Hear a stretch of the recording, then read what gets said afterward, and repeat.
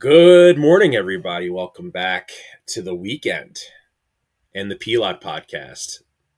John here, joined once again by the main man himself, Michael. How So, are we cuz, how we doing? doing? How are we doing? We're doing all right.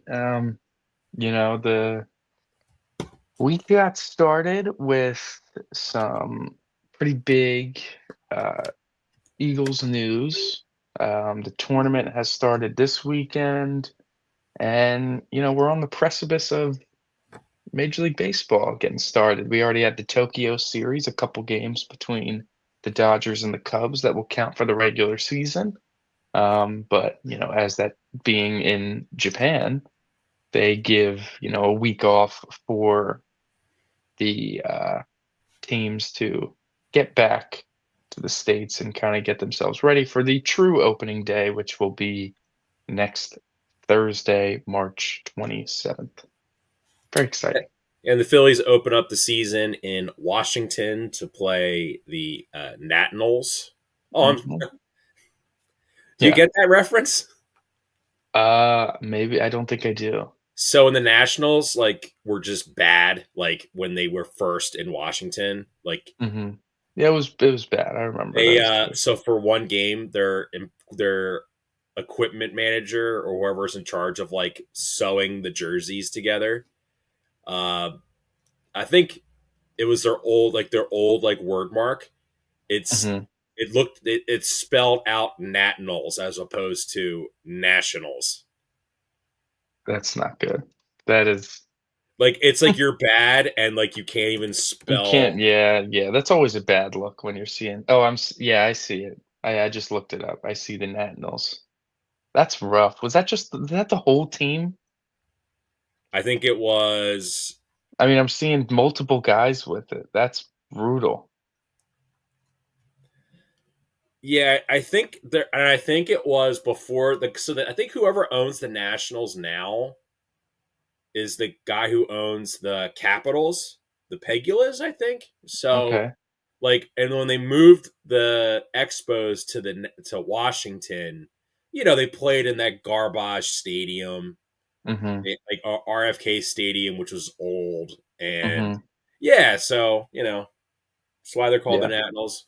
But yeah, we are going to talk. We're going to basically do what we do with football, where we're going to break down each team, talk about a little bit of each team, who we think's gonna who we think's gonna be good this year, who's gonna be maybe mediocre, and who's just gonna be flat out bad.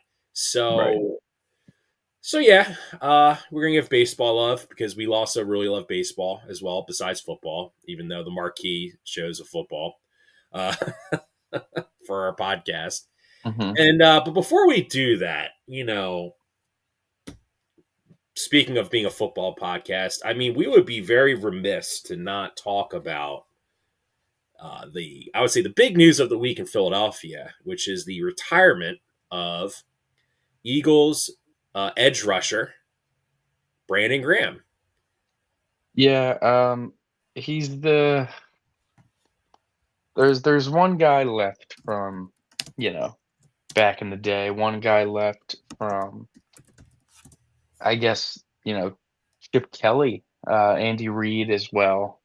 He was the last guy from Andy Reid, with the Eagles, but the last guy from like that Chip Kelly team, 2013 is kind of where my mind goes as as a kid, my first like favorite Eagles team, the 2013 Eagles, Foles throwing 27 touchdowns, 2 picks, won the division on the Brandon Boykin interception against Kyle Orton in Jerry World, that sort of team. And there's one guy left in Lane Johnson from that team, but Brandon Graham definitely in another chapter of an era closing its final doors with his retirement, and he went out on top. Truly an all-time great Eagle, one of the best Eagles ever in terms of just not only his play on the field, but the impact that he left, his leadership qualities, his knack for really clutch plays, as well as just one of the best people that the city of Philadelphia has had in terms of the sports world for sure. And, everyone always says that he's expected to kind of stick around and, probably be on radio or whatever, what have you, by the time his career's over. So we'll see what his He's next probably going to work decisions for the are. Eagles, in all honesty. Something. He's not gonna go far, I'm sure. He's not gonna be too far away from the team, He's but going to be the general manager of the Michigan Wolverines. right.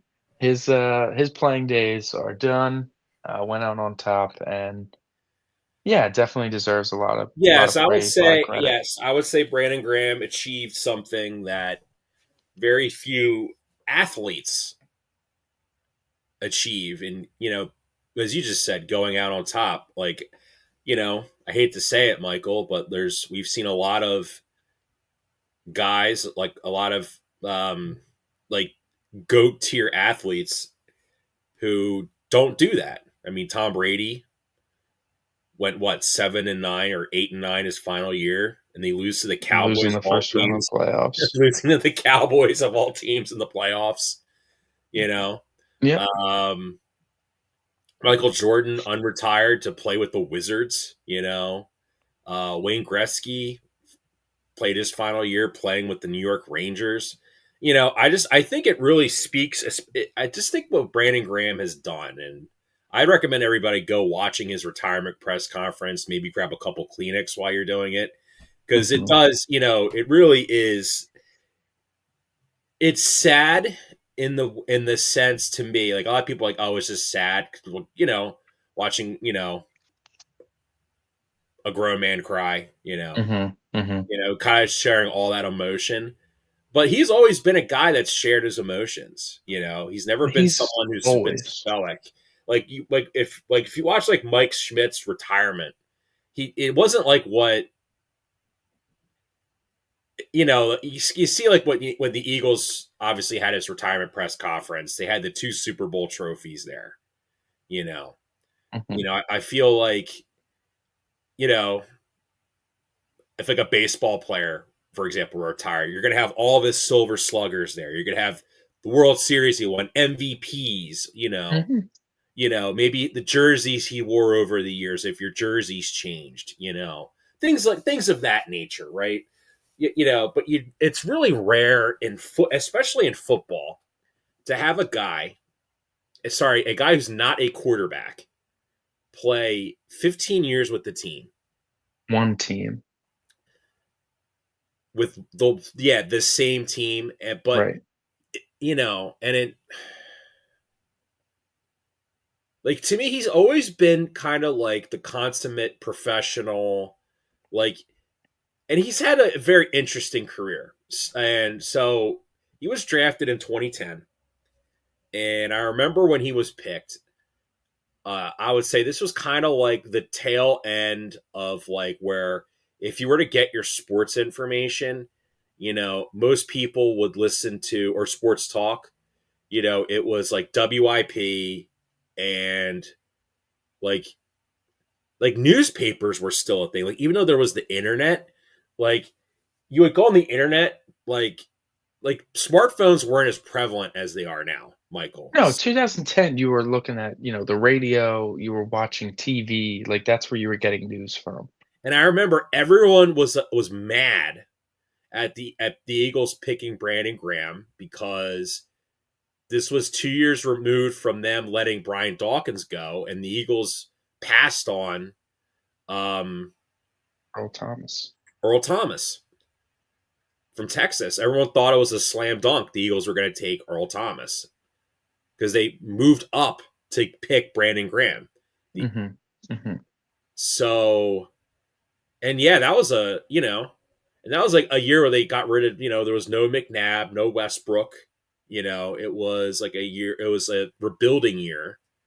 And then Brandon Graham barely played that year. He got injured, I believe, as well. Like, he was basically his first 3 years as an Eagle, he barely played. Yeah, Brandon Graham, an interesting career is right, where, you know, he teetered on bust for a good chunk of the beginning of his career where, he would show up in the run game. He always has been a very good run defending defensive end, always was very good at stopping the run. But the pass rush was never fully put together until probably like 5 or 6 years into his career when you really started feeling it a little bit. And then obviously 2017 felt like a year where a lot of people started breaking out like into their prowess, Brandon Graham, Jason Kelsey. Like 2017 was like the season where a lot of guys really put it all together. And once he obviously forever enshrined himself into Philadelphia Eagles lore with the Super Bowl 52 strip sack, he went from like not that he wasn't a popular Eagle before that, but it truly he didn't win the fans' full hearts over yet. I still feel like until that moment, people were holding kind of Earl Thomas against the Eagles for it. Like he really wasn't fully appreciated until he did, what was at the time the greatest play in Philadelphia sports history. And after that moment, he skyrocketed up everyone's lists in terms of favorite Eagles. And from that moment on, he grew into the most like loved and lovable person kind of that was surrounding the team.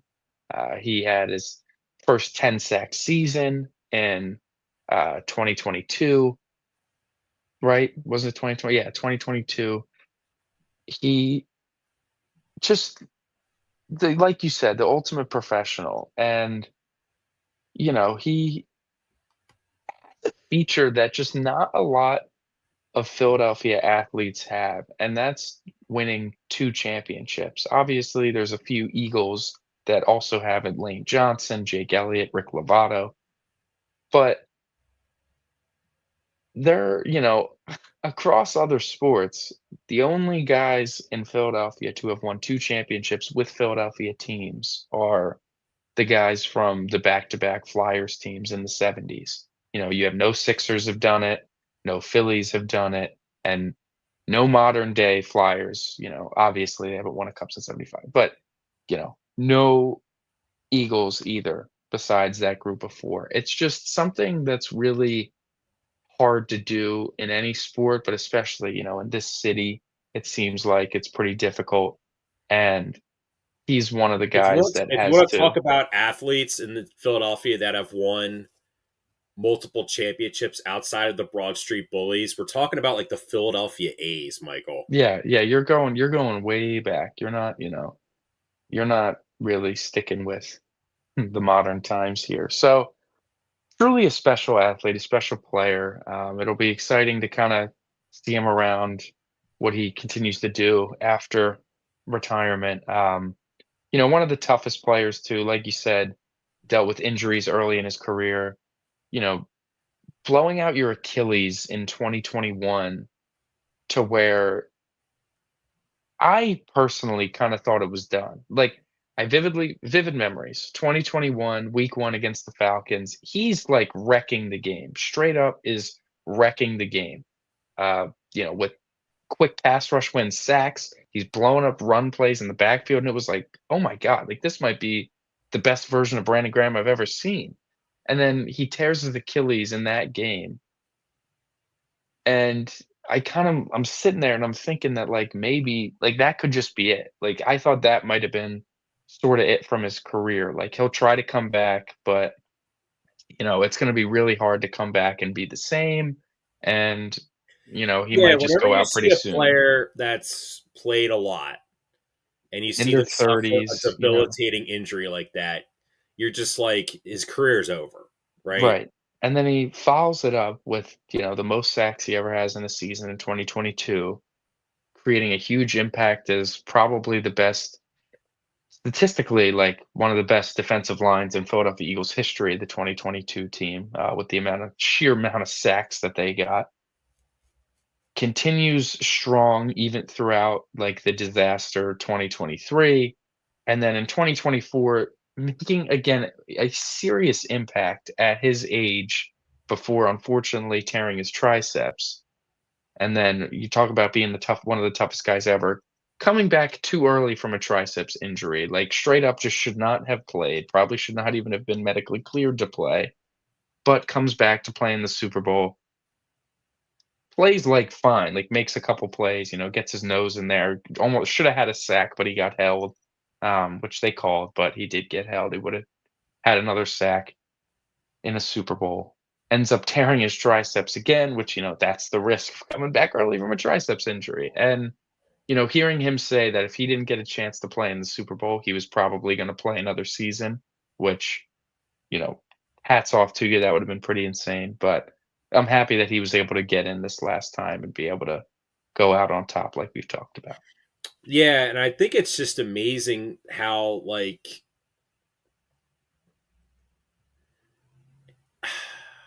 when Michael, when you have guys in this city that play forever with one team, Mhm. with one for like their respective Philadelphia team, it's usually guys like you see like Schmidt, right, or like Kelsey, right, like Jason Kelsey is a first ballot Hall of Fame center, right, Mhm. like BG, someone who's always been like that guy that his counting stats aren't like Hall of Fame worthy, but he's definitely like one of those guys that I feel like everyone just loves, and like you just hear like your parents talk about them or like your uncles or whatever. So like a Dave the Hammer Schultz, like that's kind of like He where everyone. touches the casual fans. He reaches like the casual fans love Brandon Graham. Like they don't, he's there's only a few players that kind of get through to the casual fan to make, where it's like even they can feel his impact, even though it's not statistically massive. The same way Dave Schultz, like you said, like was a glorified, basically a goon, loved by the fans because you just felt his impact watching a game, and you feel that with Brandon Graham. Yeah, it's gonna feel really weird not watching the Eagles without Brandon Graham because he's been around for so long, especially for you because you just brought it up, like because you're only No, 22. he's my childhood. Like it's like there's a small group of players that basically played through my entire childhood across where it's like I saw their whole career. Like I remember watching their whole career. Like Claude Giroux's one of them. That like I kind of grew up as he was growing up with the Flyers. Brandon Graham being another. Um, so yeah, it's certainly bittersweet. Happy he's going out like this. Happy he's going out like probably at all. I don't think his body needs another year of wear and tear with some of these serious injuries that he's been suffering the last Well, not few just that years. too, man. You just don't want to like. I feel like this is the time to go out and you know, uh, I mean, You don't want to go out not being that good. exactly. No, I'm not saying he would have been bad this year if he played, but it's but like you're coming back from another serious injury. Like maybe you're not, and you're also 35 now or whatever. Like it's just possible that the wheels fall off. well, not And just too these television these contracts that the major media companies are handing out to former athletes rival their compensation if they would play. yeah, so it'll be What would interesting. BG get if he were to re-sign with the Eagles? Like $5 million? Like you could probably get close to that just working on ESPN or something. Yeah, yeah. I could see him being on like local. I could see him being on NBC Sports I don't think they would Philadelphia. have enough money to pay him, to be honest. Like, did you see that they let go of WIP let go of their longtime producer for budget cuts? What's WIP? I'm thinking maybe like NBC Sports, Comcast. Oh, like post game. Yeah, like he's like on the panel with Jaws Dude, and he would be good on post. You like know what, Michael? that's where I think he fits in to get himself started. Yeah, because you have That's a Hartnell much more from like the casual Flyers. environment, Yeah, which I yeah. think is a good start to like your media career, where you can kind of be pretty candid and blunt without having to like worry about. you can let the emotions ride in those sort of situations as we've Oh, you mean like seen. what? You mean like Seth? Like Seth Joyner would just be Exactly. brutal. Yeah, like Barrett Brooks is like really visibly pissed off about something, like you're just allowed to. But sort of in connected to Brandon Graham and his, illustrious career coming to an end is, the Eagles have been making some depth moves, depth signings, especially the edge position. They added another one, which I think everyone can agree is probably the most intriguing signing they've made to this point. I think it's the best signing, Michael. And honestly, to me, I think that for in terms of value, when you just see Yeah, all you're getting him these on nutso contracts that have been going out, like Milton Williams being the third highest paid D tackle in the league. right. So Aziz Ojulari, formerly of the New York Giants, is coming to the Eagles on a 1-year, $4 million deal. A guy that if he could, if he had a little more health to him, a little better way to stay healthy each and every year, probably would have been due for a nice payday. But health concerns and not great in the run game concerns has kind of prevented him from getting some big contract. And this is a very, very common Eagles move, taking a guy that you clearly see the potential with on a flyer sort of contract to really potentially be something special. Like Aziz Ojulari could come in here and he could have like 10 sacks or something if he stays healthy and the rotations are cooking the right way. Like it's a guy that um if you look at his stats since coming into the league back in 2021, he had 8 sacks his rookie year and then only played in 7 games the following season, but had 5.5 sacks in 7 games. It's quite good. Then was banged up again, only played 11 games. In his 3rd year, the sack numbers took a bit of a little drop off. But then last year in 11 games, had 6 sacks yet again. So, this is a Let guy that me. Yeah, stays sorry. Go healthy ahead. is stays healthy is like pretty comfortably breaking 10 sacks a season if he's healthy. Well, I think here's the thing, Michael, with this move is that we know the Eagles like to rotate their edges, Mhm. and they've also we talked about it on our last show. They signed Josh Uche, who you know he's just not been good the last 2 years. But Mhm. you know this, I mean, he sounds like a Vic move, like Mhm. we're gonna fix him basically type Mhm. move because he's been coached poorly, Right. right?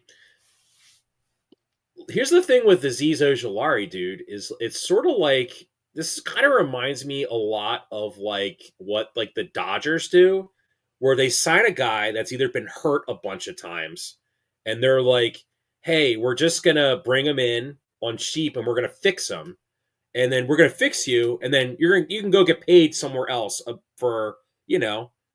Because that's how the Eagles signed them. Because if you read the article, I forget who think it was Jimmy Kempski who wrote it. I apologize for not knowing who wrote it, but Mhm. he basically got offered a contract from an NFC South team believed to be the Carolina Panthers. And his agent basically, someone told him, basically, listen, man, like, if you go to the Panthers for $4 more million, like, that's great. But if you're going to go on the Eagles and ball out, you're going to get paid way more money than just playing on a rebuilding team, essentially.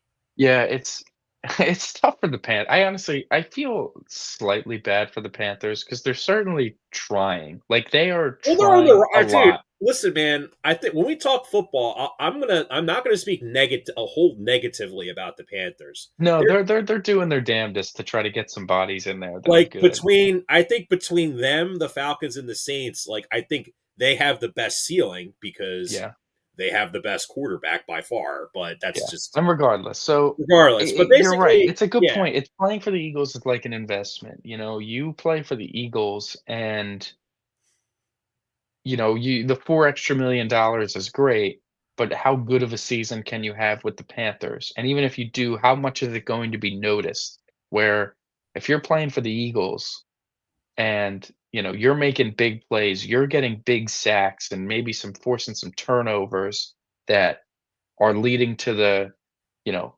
the 13-win Eagles to win the NFC East back-to-back years for the first time since 2004, you know, like that sort of impact that is certainly going to be felt more on a national scale. That is like Aziz Ojulari is going to get, he's going to get like 17 million a year after this season, like for a 4-year deal. And then like the Panthers go pay him for 4 years at 17 million a year, after this season. That's sort of now you're kind of set. Now your career is in a much safer, secure place. So yeah, playing for the Eagles, if he shows up and he works like he is probably going to be, he's going to be an effective player. And What this kind of it's a reminds me smart of. move. This reminds me a lot of like this is like the Edge signing equivalent to like when the Eagles signed Alshon Jeffrey in 2017.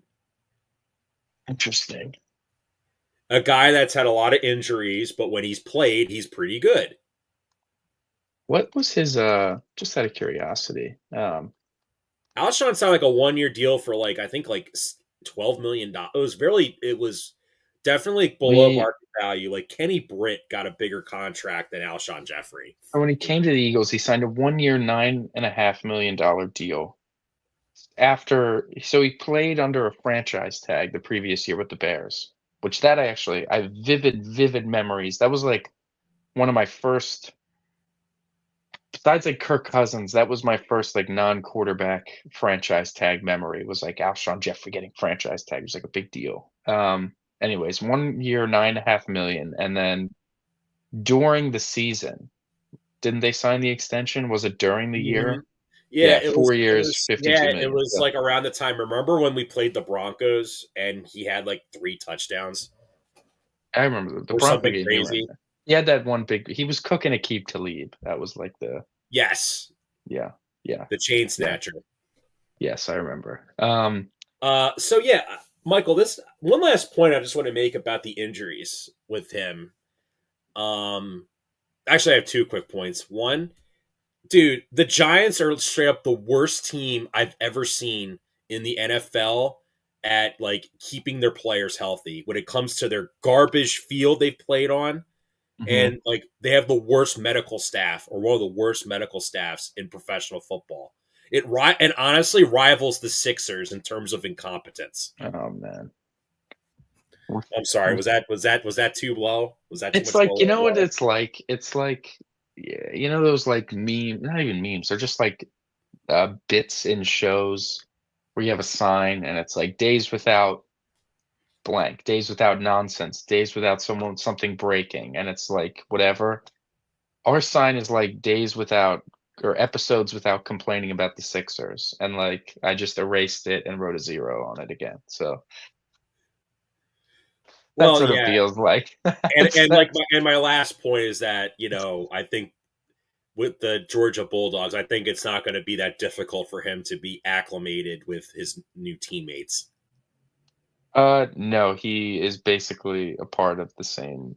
He is a part of the same group of guys. The picture is being like completed, where it's like the picture from the national championship a few years ago, and then all the Eagle logos that are Yeah, on the it. vibe So is definitely like I think now you're kind of seeing why the Eagles were so obsessed with drafting Georgia players besides being really good in college.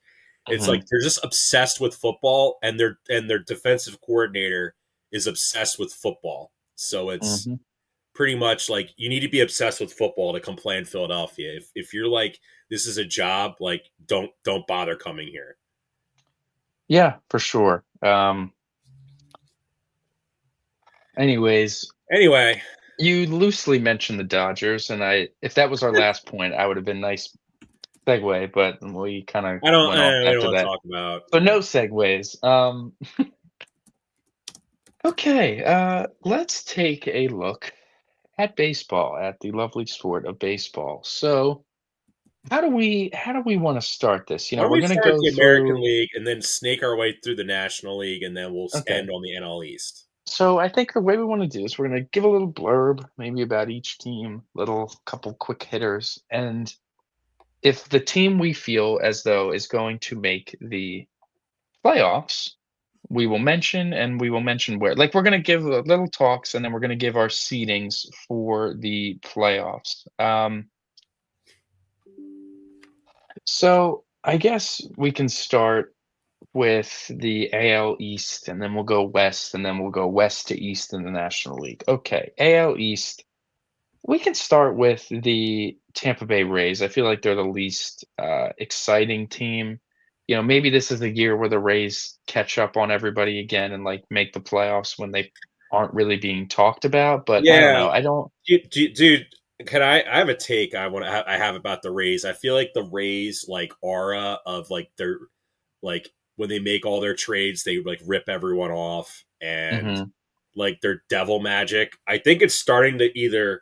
I think the league is starting to catch up to their analytics by employing the same tactics the Rays employ. So what Hmm. they do isn't as special anymore. It's very reminiscent of like the A's of like the 2010s. Like once everyone figured out like what the A's were doing with Billy Bean, like Hmm. they can't. I don't think they have that advantage anymore. And now they're just being exposed as a bunch of cheapskates, as you just saw with I the. will. I will say I do feel bad actually because they actually paid 2 players that I thought were going to be, like, Stars. massively well, just and I'm not saying one guy isn't going to be, but, like, the one guy turned out to be a pedophile, and, like, you know, Wow. when you pay Wow. Wander Franco a big I contract, think this and is the we first all time in our show's history that we've mentioned that like that term, but I'm sorry, go ahead. it's I mean, it's exactly what he is, a guy that was, We don't have to say allegedly. That's it's. I think it's just confirmed no, no, too. it is yeah, like, it was one of the first times where I looked at a guy that got in trouble for doing something of that sort, and I was like, "Are you serious, dude?" Like, I was actually like, I liked this player. I had no reason to dislike the player beforehand, and then they just come out and turn out to be one of the most disgusting people that baseball has ever seen. And like that is really unfortunate for the Rays that you commit this big contract to a guy and he turns out like, okay, we'll get it voided because like he'll be in prison, but Christ, we kind of like, how does that feel as like, okay, we're finally gonna pay someone. We're finally gonna give one of these hundreds of $1 million contracts to somebody, and we think Wander Franco is the guy, and he's a pedophile. Like, it feels like they'll never do it You know, again it's fun. because You of it. know, real. Can I? Do you mind if I do a quick anecdote Please, about please, Wander Franco? I saw a please. video on TikTok my buddy Chris showed me, friend of the Mhm, show, of this guy who collected all these like Wander Franco like autograph cards. Like you're talking about like if he wasn't a pedophile, he mhm, maybe like six figures worth of his cards, mm. and he starts dumping them in the trash can because they're all worthless now, right? Yeah, wow. And then someone the top comment was, "This is why I collect Pokemon. Charizard would never do this. Charizard, yeah, Charizard's never gonna, Get Charizard is get never a rap, you know." going to get convicted for child yeah. So, anyways, between him and Shane McClanahan, who also has had issues just staying healthy, it feels like the Rays just kinda get bit by their own, you know, actually trying to do something. The biggest story around the Rays in the offseason was that, like, their stadium was destroyed by a hurricane, so they're gonna Mhm. be playing at Steinbrenner Field, the Yankees' spring training facility, for the regular season this year. I I'm having them either gonna finish, like, 4th or 5th in the AL East. I don't have them making the playoffs. Yeah, I'm not super excited for the Rays. They're gonna have some guys that are good, but, it's I don't think it's gonna be enough this year. I agree. I do. I have them finishing near the bottom. I do find it interesting that like Curtis Mead has been this like top 50 prospect. I feel like for 3 years now, and he like never Mhm. plays. I think this Meanwhile, year we'll finally see him. I he will be on the big club, but I don't know if he's gonna. It just feels weird that like I feel like Philadelphia's always on the butt end of making the horrible trade. Like we Mhm. trade for and like we trade a prospect or like a young player and he blooms. And I'm not saying Curtis Mead is going to be a bust, but like I think when we talk about the Phillies, you're going to see why I feel like this wasn't Yeah. like an awful trade for them. Mhm. Yeah, Mhm. I have them finishing near the bottom as well. All right, Michael, which team do you want to talk about next? So next, we're gonna go above the border to the Blue Jays. They're interesting because they've tried and tried to spend money.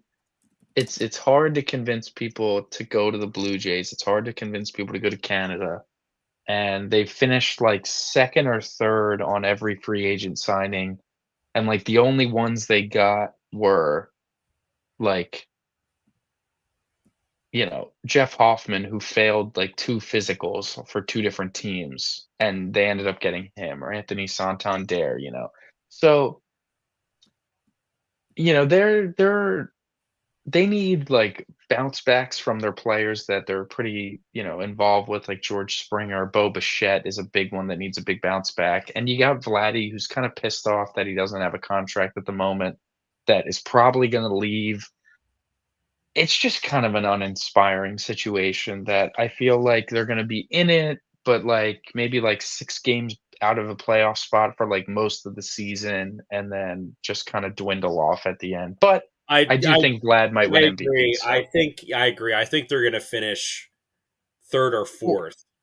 yeah, I have him 4th or 5th And in the I end, and like I them and the also think Rays. they're going to probably be the most active team at the deadline in terms of unloading players Mhm. because they have a lot of expensive players. But look, I think if they're hovering around 500, I think the pressure is going to be to sell because I think a lot of the agents of these players are going to get them out of Canada right now, especially Mhm. with see what's going on in the world.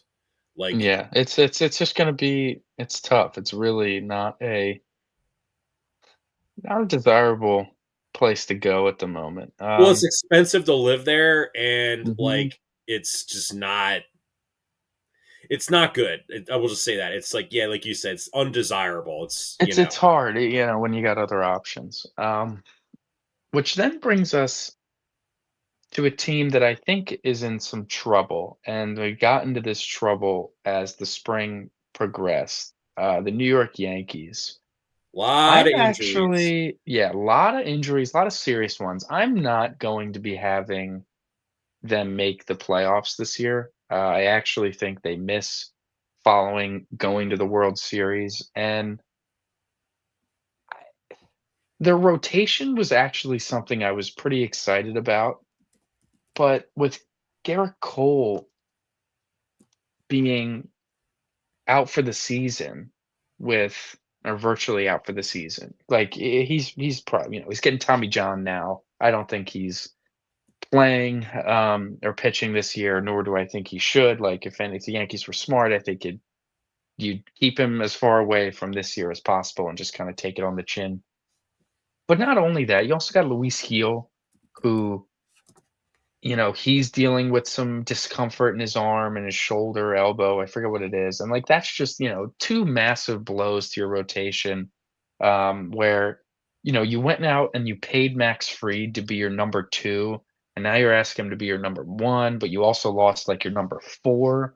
It's just their rotation went from very exciting and one of the better ones in baseball to just lacking a lot of depth, especially when you let Clay Holmes walk, and it looks like he actually might be really, really good for the Mets this year. Um, and obviously you let Juan Soto walk, who had a great spring. It's just they're in a tough situation, and I think the AL East, while not like great, uh, I just don't love how the Yankees' outlook looks, especially with their pitching. I think that Bellinger had a really nice spring. He could have a bounce back year, perhaps, but I don't think their lineup.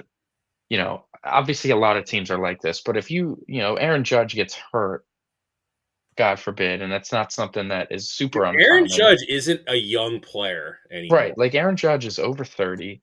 He's had injury issues in the past. If he gets hurt, like that lineup is truly desolate. And like, you're looking at Giancarlo Stanton, who's got like dual elbow tendonitis, like that is extremely unideal. He already doesn't run because he can't run, so he doesn't run the bases. He just kind of trots around.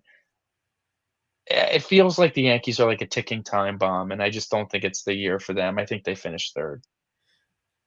Wow. So Yeah, you have the we didn't talk about this other team yet. yeah, All right, I'm go high on the to. team. That's so. I think the Yankees can finish second. I mean, I think they still have really good players. It's just Mhm. like you said, injuries, and they've already navigated Garrett Cole being injured. But to your point, like Luis Heel, who did he win American League Rookie? He didn't win American League Rookie of the Year, or he did. He did. I thought he did. Yeah, I thought he Sorry, did. I'm blanking on that, but I know I had him in fantasy baseball, and he was a monster, and then he got hurt near the Mhm. end of the year. Mhm. Yeah, I think that's I think that's yeah. Yeah. So moving on, uh, this team I have actually finishing second. I have a feeling you're going to have them finishing first. The Baltimore Orioles. The Orioles offense is nice. I don't think it's ready yet to be like really really good. I think they have some nice players. Um, but like, is Jackson Holiday, for example, going to explode onto the scene this year? I don't know. Is Adley Rutschman going to get back to what he was back in like 2020, uh, 2022 and 2023? Like last year was definitely a down year for Adley. He saw his OPS go from 806 to 809, and then last year it went to 709. His walk rate plummeted. He went from having and on base in the 360s, 370s to dropped all the way down to 318. And then, you know, his doubles went down as well. It just was a very down offensive season for Adley Rutschman. And, is he going to be able to bounce back? I'm not saying he can't, but you lost Anthony Santander, which I don't think was like the worst thing in the world for them, but He still had a good season. yeah, like my biggest concern with them and will always be is they don't like to spend money, and it showed up in their rotation. Their rotation is just a straight up weakness. You have Eflin, which is nice, and you have what's his name coming back from some injury. Drawing John a blank Means. on his name. Grayson Rodriguez coming back after not pitching at all last year. But like you're looking at like Charlie Well, Morton, Kyle Gibson. It's not super inspiring, and you didn't keep Corbin Burns, and I just think that if you kept Corbin Burns, your outlook would look so much better. And I'm not. yeah, I would say they would be favorites in the American League if they had Corbin Burns. Now, however, Michael, like we do know the Orioles in the American League, they do have listen, we know they can hit the ball. And if Jackson Holiday breaks out like Jackson Churio and Jackson Merrill did last year, then they're going to probably be the Their best offense is gonna be offensive good. team in the American League. And look, I mean, It's just, they were offensive driven bro, we've last seen the year. Dodgers win like 105 games with like freaking gosh, what's his name? I'm thinking Lance Lynn getting No, I significant innings. I'm just saying like well, I mean, the it's Dodgers not offense is gonna be better. unfathomable to. No, and their bullpen is gonna get a nice jolt, like, Felix Bautista is That's healthy, huge. which That's is huge. I mean, huge.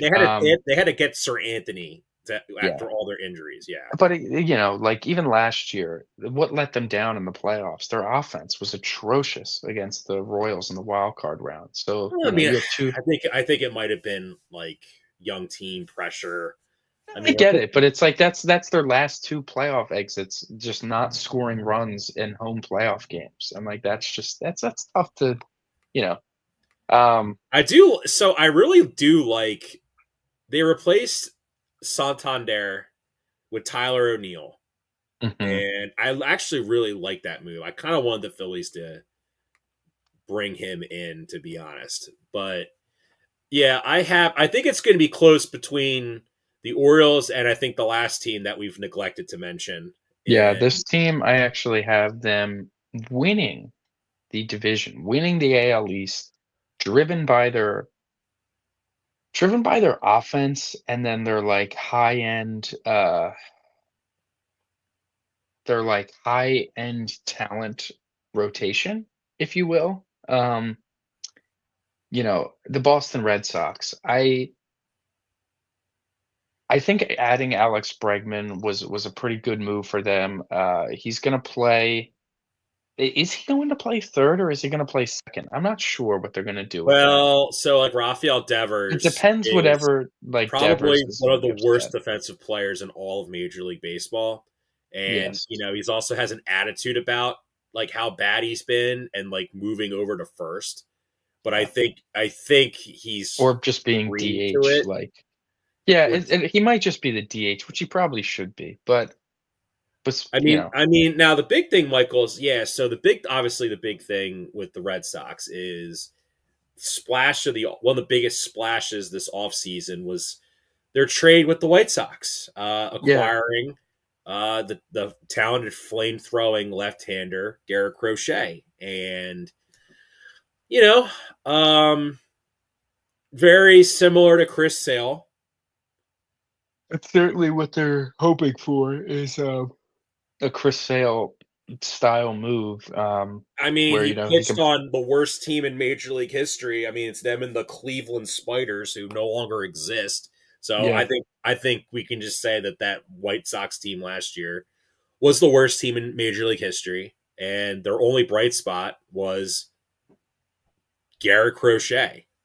Yeah, and, you look at they got a lot of, like, veteran upside guys also that I are like the Walker pitching. Bueller signing. Yeah, Walker Bueller's nice. Even Aroldis Chapman, still strikes out a lot of guys per 9 even though his walk numbers have gone up. Liam Hendricks is another one.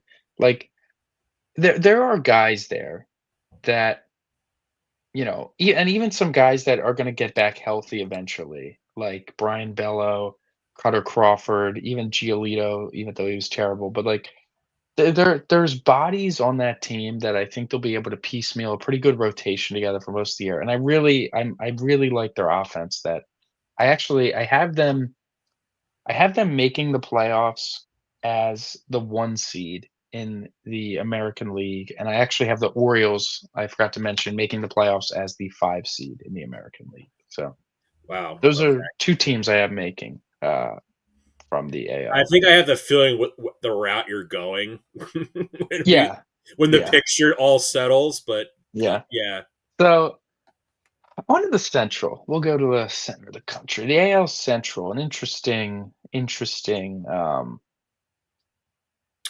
interesting set of yeah, they had teams all here. four teams make the playoffs last year.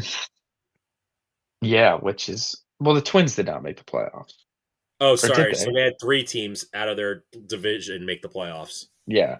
So the White Sox, we don't need to waste much time. I don't think they're going to be like their over under is like in what the 50s this year on certain betting apps. I would venture to take the over, honestly. Like I don't think they're going to win They 40 have something games they again. have a top three farm system right now, and I would not be surprised if we see some of those guys from their farm system second half of the season come up, play pretty well.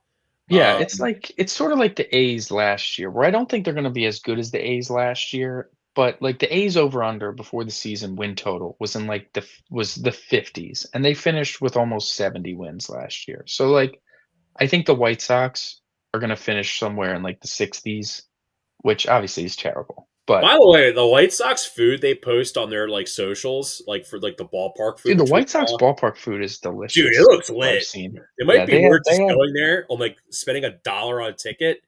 yeah, and breaking the bank for some food for sure. So I think we both have the White Sox finishing last. Yeah, The rest of this division is very tight. It's very tough. I'm not it's very really like sure. congealed, we'll I say. don't I don't want to rank it out, I guess. because I think all 4 of these teams are in, like, the same tier, and if you look at, like, fan graphs, they all are in within 5 wins of each other, like, projected wise. So, I'll say this, I think that the Guardians are being underrated. I know that they lost a couple guys, and it might be a down year for them, but it feels like they always find a way, especially through their pitching, to be just a problematic team for Yeah, everybody, they're like and the they're the team that everyone thinks the Rays are. Like that team that yeah, finds a way to make the playoffs. they're the NL Brewers, like, they can Yes. just they have really good practice in terms of developing players and in-game strategy and, managing bullpen and the pitching staff. That I still think, like, they're gonna have a really good bullpen again. I think their pitching rotation's gonna be good again, and, they have enough guys on offense to be decent, where I'm gonna actually have them winning their division again at Okay. the as the 3 seed. Not super excited about that pick. There's certainly more fun picks in the AL Central to pick to win the division this year. Um, but, just the way it's shaken out, I unfortunately for those other teams. I'm gonna have the Guardians winning that division. They're gonna be my 3 seed. Okay. I There's agree with that. I agree yeah. with that. I here's my takes though with the Royals and the Tigers. I think there's I would say for the Royals. Listen, Bobby Witt Jr. is the front runner in the American League to win the most valuable player. I'm Mhm. a big Bobby Witt Jr. fan.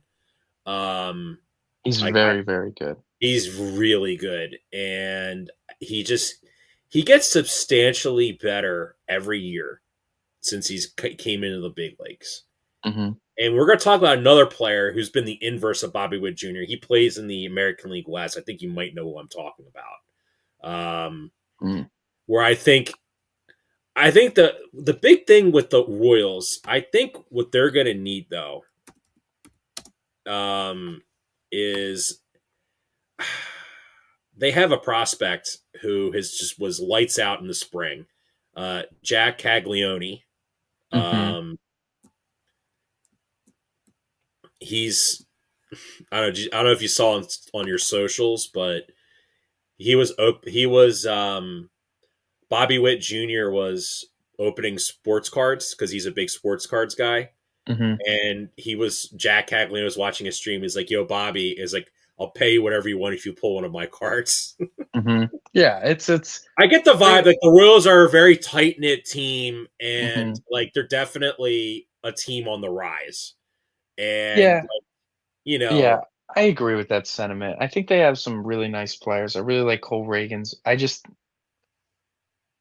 I feel bad to keep them out of the playoffs because 'cause they're a team I actually like. I enjoy the you Royals. think they were White Sox beating Merchants, so that because the White Sox are not going to be as bad, that might affect their ability to make the Yeah, like, playoffs. they need to prove that they can hang with the big boys, and I think maybe they're which I like some of the moves that they made, but I think there's still, like, another year of adding away from being a perennial playoff contender, which then takes us to the Tigers, where they made the playoffs on a, crazy run to end the year. They beat the Astros in the wild card round. They were damn close to beating the Guardians in the division series. Um, it was some good baseball, and obviously it was led by their pitching, mainly Tariq Skubal being, probably definitely the best pitcher in baseball last year. AJ Hinch was managing his butt off, doing a great job with bullpen games and Despite all subs. the rampant cheating of the Houston Astros, AJ Hinch is still a good manager. Yeah, he's always been a good manager. Managed that team really, really well. I'm I'm gonna have this team making the playoffs as my 6th seed, the Tigers. Um, I like Jackson Jobe, we talked about as a potential Rookie of the Year candidate. If Tariq Skubal Dude, stays if healthy, you he'll draft somebody probably, named you know, Jackson, does that mean you're automatically going to be really good at s baseball? very common name these days. We clearly know what the millennial parents were on about when they were naming their kids or well, I guess they're like 22. I guess that's like my age. Damn. Anyways, uh, the Tigers are going to be led by their pitching again. I think Gleyber Torres was actually a decent little move for them. You know, you got to get somebody to play up the middle with when Baez. You're still just kind of waiting for that Baez contract to go away, and that's gonna hamstring it for some time. But you know, Tariq Skubal's healthy. He'll probably win like Cy Young again as long as he's healthy. It just might be a tough year. You know, it's just the way pitchers go. But yeah, Skubal finishing, or sorry, the Tigers finishing as the sixth seed is where I have them at, and what is going to be a tight division. Yeah, dude. Are you a little annoyed at like how like the Detroit sports teams are all like reemerging, and I feel like they're going to get a lot of hype now? Like The only one I hate are the The Lions. Pistons. Yeah, the Pistons are I like don't mind the a Pistons. sleeper playoff team in this upcoming NBA playoffs because they got a They're lot gonna of good make young it. They're players. definitely gonna make the playoffs. And But we the got now Lions, you have the obviously. Tigers. The Red Wings are not on the They're upward garbage. swing. They Yeah, suck ass. Yes, yeah. you're Which correct. that's been the only Detroit team that has been good. Well, I shouldn't say that. You know, the Tigers had their run with Miggy and I Verlander. do find it interesting that the Detroit Tigers are mostly made up of like their farm system, but they have a guy who's just like right now he's looking like a massive bust in Spencer Torkelson. Yeah. Like Miguel Cabrera like handed his first base glove to Mhm. Torkelson as like you're the next guy, and he just has not. He can't be a major league player, let alone a good one. But they do have like I like Colt Keith. I think Colt Keith's an underrated player. And Mhm. Michael, I hate to say this, man. Um, Maybe we should not have traded Matt Vierling to the Detroit Tigers. Yeah, I mean, he's gonna end up, you know, being a nice little player for them, but it's okay. So yeah, that leaves us with the Twins, which a lot of people are high on the Twins, and not that I'm not high on the Twins, because I like a lot of their players. Well, they do have a demon coming up. Yeah, and they have a the Twins are just you can't mention the Twins without mentioning the injury risk, you know, between Oh yes, everybody. I mean, it's all their best hitters, Byron Buxton, Carlos Correa, Royce Lewis, 3 guys that just straight up cannot stay healthy. yeah. They And can't run. It's like literally if they run to first base, they just pull a hamstring, which is exactly what happened to Royce Lewis. He hurt his leg. if they do stay healthy, that is probably the best team in the AL Central, but I think it's too much of a risk, and I'm gonna have them unfortunately missing, which it's tough. Like, last year, all they had to do was kinda take care of their own business, and they would have made the playoffs over the Tigers, but they just kept, like, pissing down their own leg in games and not even like, they went out sad. They ended the regular season last year just tripping over their own feet, playing uninspired, unencouraged baseball, and it just really was it was like it was a sad watch. It was just not good, and I don't know, I just don't trust that team to be able to put it together. So their manager, Michael, is former Ray Rocco Yeah, it's Baldelli. Yeah, Rocco Baldelli, he's been there for a while. He's been their manager for a while, but yeah, I do feel like another player whose career was, unfortunately cut short due to medical issues. You know, Mhm. Yeah. like it's kind of like I don't know, man. Yeah. So like he's a guy like listen, like he's a guy who's always been a great clubhouse guy. But maybe Mhm. to your point, like I don't know, man, like if you're a manager, like what are you supposed to do if all your best players just constantly get hurt? Like that's something you have no control, very little control over, right?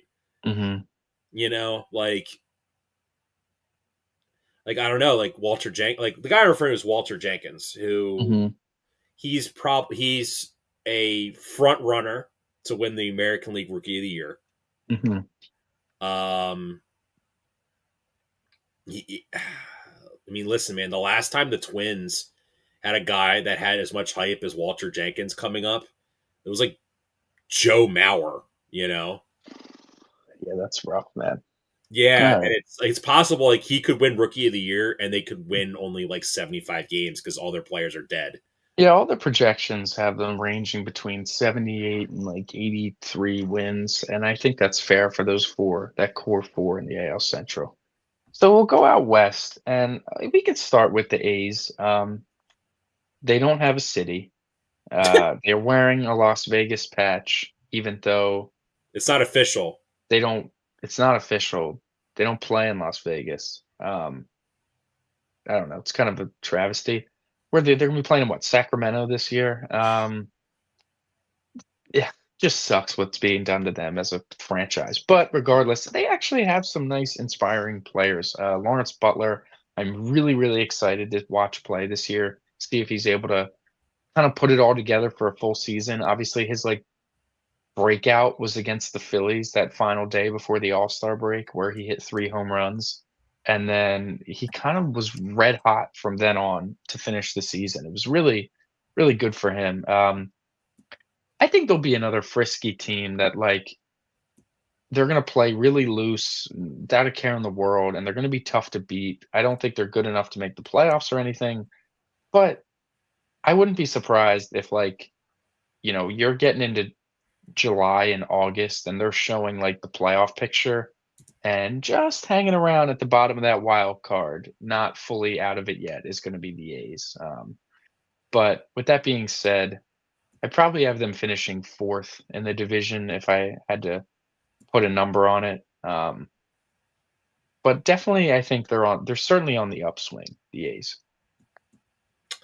I do think they're on the upswing. I do like Brent Rooker. Uh, Obviously, yeah. he's a pretty good hitter. He might be. Uh, he could potentially be the Kyle Schwarber replacement in Philadelphia, as in the guy that can't field, like, No, smash a lot of I home don't runs. want to lose.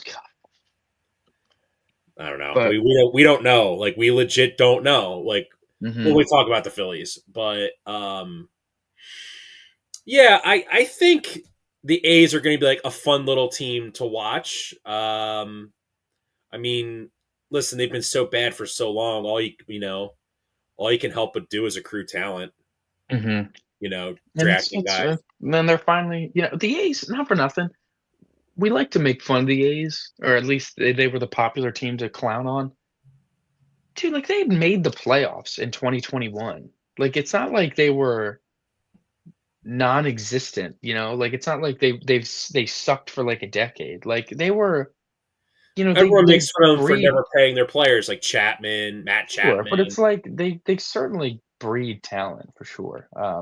But anyways, the team I think we both will have finishing last, probably the saddest organization in baseball, honestly, in terms of just they spend money, but it's on garbage or it's on good players that straight up don't care about baseball, which I don't know how you could have known that, which I feel bad The for, New like York Anthony Giants, Rendon. the New York Giants of MLB. Woof. Okay. The mean, Los do Angeles you Angels is disagree? who we're talking about. No, I don't necessarily. We're talking about the Angels here. Hopefully Mike Trout stays healthy. I think when Mike Trout's healthy, everybody's happy. So that's just for the betterment of everyone's lives when he's healthy. So hopefully we get to see that. Other than that, the Angels, Logan O'Hoppe is always interesting to check in on to see how he's doing. But the Angels are they're uninspiring. I don't think their future's bright either. It's just kind of dead out there. I think they're finishing last. I do think they're going to finish last as well. I mean, you have like guys like Zach Zeto, Nolan Schul, Mm-hmm. just pronouncing his last name. But yeah, I mean, dude, um, it's weird. Ever since I really started watching baseball, the Angels have always been a team that was like at least in the hunt, right? They were never like an elite team, but they've always had good players and they were always in the hunt. And like they're a team that probably desperately needs a new owner and like some sort of like new vision. Like you just brought up Anthony Rendon, Mhm. worst contract in baseball, right? History, maybe. Yeah, I would Yeah. agree with that. He just doesn't care about baseball. And it's like, I almost respect it. He, like, just is so open about it. He's so open about, "This is my job," and, like, he's like, "Who likes their job?" You know? Like, I guess you're The right, thing man. is, like, it's not like he plays 150 games and is like above average. You No, like, know, he's hurt and is bad when he's playing. It's just rough. he's the It is guy that's rough. abusing like the mental health at Unlimited work. He's PTO, like he's the guy that's abusing that, like, oh, I have mental health issues, but and he's like the he's CEO's son, so you can't fire him. right, So he's just stuck there. Um, but man, was he good for the 2019 Nationals. right. So yeah, that rest of that division, we got 3 teams there. I think I'm gonna start with the Mariners because they are, when you were talking about the inverse of Bobby Witt Jr., I think you were talking about Julio Rodriguez, You are where absolutely correct, sir. he's got all this hype in the world, and I just wanna see it. I would love to see him crank out 35 homers and have like a 920 OPS while also being like a freaking center field and on the base. Like I would love it. I would adore it. But we're just not seeing it. I don't know. His bat is just super uninspiring. And listen, after I found out about the batter's eye in Seattle and like how the mound is not like straight, basically, it gave me a whole new perception on the Mariners. We're like, until they get a new stadium, I don't know if they're ever going to be good, and it might not be even their own fault. Like, their pitching is going to be good again, as it's always going to be very good. Their home splits are gonna be excellent, but their offense, especially at home, is going to struggle, and I don't think they did enough to kinda cover that up, I guess. And what does that leave you with? That leaves you with a team that's gonna be really close to making the playoffs on the back of their pitching, but they're just not gonna be able to do enough down the stretch to They had make it, the and I best feel like it's gonna be the ERA same thing. in all of baseball last year, and they And you missed the miss the playoffs. playoffs, like, that's hard to do, man, that is hard to do, and I don't think they added a ton to kind of cover that up, so. Yeah, I mean, they have a great pitching staff, but now what you brought up, Mhm. like the Fugazi batter's eye and like the mound being off, like It's truly one of the craziest things ever. maybe their pitching isn't like it's really good, but maybe it's not that good because no one just is going to hit there. Mhm, And I mean, like Randy Rosarena, could he break out? Sure. Mitch Haniger, I mean, no. Like, mhm, cool. I mean, really, this entire team is hinging upon one man, mhm, and it's Julio Rodriguez. It's sort of like, if Julio Rodriguez is like Bobby Witt Jr., they're going to win 90 games and make the playoffs. mhm. Yeah, If he's not, then they're going to win like 84 games and miss the playoffs. yeah, yeah. It's tough. It's a very, very it's unfortunate because the Mariners, I think, are a team that, if they get in, could certainly make some noise with their pitching staff. As we know, pitching is what matters a lot. And if you have a good rotation, you can go on a run. But they don't even have the floor of offense to even get in, and it's just frustrating because that won't carry in the playoffs either. Are we got ready to, We got 2 more teams here. yes. I'm gonna go with the Houston Astros next. I think they're gonna make the playoffs. I had them making it as my 4 seed. I don't think they're winning the division. They're they're gonna try to put out Tuve and left, and I I don't think he's gonna be very good at it. And I give him a lot of credit for being the guy for however long and like willing to move out for the sake of, I guess, prospects. But it just feels like that might be a disaster. However, when they're playing normally, um, I think they're still one of the better teams in baseball. They have that, even though they lost Tucker and they lost Bregman, I think Isak Paredes is going to be a really, really nice fit in that stadium. Obviously, Jordan is incredible. Altuve is still very good. I think Christian Walker was a hell of a move for them as well. Their offense is going to be quite good, even though they lost a couple of their better bats. Well, I'm high on the Astros well, again. I mean, They got that it swagger really, I to them, mean, their man. season's going to really hinge upon two things or two players. Hmm. It's the guys they got back for Kyle Tucker. Isak Paredes assaulting the Crawford boxes in left field, right? Yeah, yeah. Number one. And the guy they got back in the trade from the Cubs, Cam Smith. He's a he's he's one of their top prospects. Hmm. He's had a monster spring training, Michael. I mean, four tanks, 1221 OPS. He was the That'll Cubs' play. first round pick in last year, so like he's pretty much ready to play. It's Hmm. he's a third baseman, but they already signed a first baseman, so he's probably going to have to be playing at third. He's the Bregman replacement, right? Right. But like I remember when the Phillies lost to the Astros, you were telling me I thought like this is like their last hurrah Hmm. because when I saw them talking about like, you know, the owners started meddling where they're trying to do their super analytics moves that Hmm. always worked out and they were like, no, we're going to spend money, you know? Like, Hmm.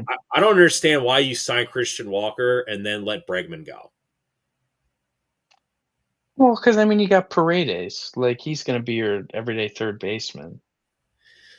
Well, like, what are you gonna let Paredes walk now? Or are you gonna sign him to an extension? It's sort of like I I think don't. they'll extend. I mean, I would expect them to try to extend Paredes. But listen, maybe if Cam Smith is that good, Yeah, you but the know. whole like letting Tucker. I mean, obviously, like their outfield is just ass. You know, Hmm. like Jordan is a He's a designated hitter. DH. He Yeah. is not an everyday fielder. Yeah. And putting like Jose Altuve out there at left field would be like Well, Cam if Smith's going to play right field for them. okay. So you're Oh, looking he's gonna. at yeah. So that's what you're like. The way they're projected out is you're going to have Yiner Diaz behind the plate, Christian Walker at first, Mauricio Dubon at second, which I guess he wasn't good enough in the outfield for them. I don't know. Uh, Isak Paredes at third, Jeremy Pena at short, Altuve in left, Jake Myers slash Chaz McCormick in center, and Cam Smith in right with Jordan as a Dude, it DH. still I mean, that's chaps. good, man. Dude, it chaps my ass I that know, I know. that Chaz McCormick killed the Phillies in that World Series, and he's a bum. Yeah, he's not very good. Which then takes us to our last team, the Texas Rangers, who I'm going to be high on the Rangers this year. I think you're going to get some breakouts from young players, some full season breakouts like Wyatt Yeah, Wyatt Langford. Langford is a sneaky pick for American League MVP if like Aaron Judge is like banged up and it's like Yeah, wide open. yeah, and maybe Evan Carter puts it together a little bit more like he did in the playoff run that led to the World Simeon's a dog. Series. Yeah, but I mean, you got Seager and Semien still. Yeah, they're Seager's. like okay, they're very similar to the Twins, where I'm they're banking on health. You're banking on their health. but I think the ceiling for the Rangers with health is way Hmm. bigger than the Twins. Yeah, I have them as my two because of that. Like I think Degrom. I'm gonna bank on Degrom being healthy for a season. He's finally like toning down the velocity for the first time in his life. Like instead of sitting at 101 on his fastball, he was sitting at 97, and it's like, dude, maybe if you did that like 3 years ago, could you imagine where you'd be at right now? You might have 4 Cy Youngs on your name. Like it's just a shame that no one has ever really preached it to him. I think as much as he's his own worst enemy with it, it's on the coaching and the people around him not to say, "Hey, like I really think for your best interest." Like I'll always look at Zach Wheeler as the model way to do it. That's a guy that his basketball velocity has dropped each year since he's come to Philadelphia. and it dropped, especially after 2022 when, if we remember, his elbow soreness by the end of the regular season, where they know he's not getting any younger. They're like, "Dude, we," and you still see Wheeler bring it up to 98, 99 in big moments because he can throw that hard. But when he's gonna just be pitching 200 innings in a regular season, there's no reason for him to be throwing 98, 99 on his fastball. He can live at 94, 95 and still be super effective. So DeGrom, if he was smart, or if the coaching of the Rangers/Mets were smart, they would have had him sitting at like 96, 97, and if he has to, he can still gear it up to 101, but there's no reason to sit there because this is what you get. So finally Yeah, they learned that lesson. yeah, and real quick too on the Rangers before we move on. Um, I I do think that with Jack Leiter and Kumar Rocker both looking really good this spring, like Mhm. they kind of have the pitching. It's going to be health because listen, Corey Seager, Michael, as we both know, when he's healthy, He's he's a freak, man. potential top five player in baseball when he's healthy. Yeah, he's just getting all over the ball, man. He's just Dude, crushing that by thing. the way, we just talked about the Angels. We noticed we didn't even talk about Mike Trout. How sad is that? Yeah. I mean, I mentioned that his health is important for the sport, but I he have the just Rangers in first place. I do too. I so in the AL, the American League, my playoff prediction, I'm gonna have the Red Sox win the AL East and finish as the 1 seed. The Texas Rangers win the AL West and finish as the 2 seed. The Cleveland Guardians winning the Central, finishing as the 3 seed. The Houston Astros finishing second and going fourth, the 4th seed, first wild card. Then the Orioles as the 5 seed, second wild card, and the Detroit Tigers as my 6 seed, third wild card.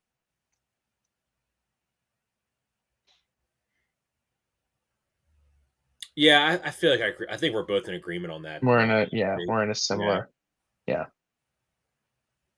Okay, which now we can head over to the NL. We'll stay out west, and we will start with the Colorado Rockies. They don't, you know, they're not much of anything to No. talk about, worry about. Fangraphs projected 65 wins.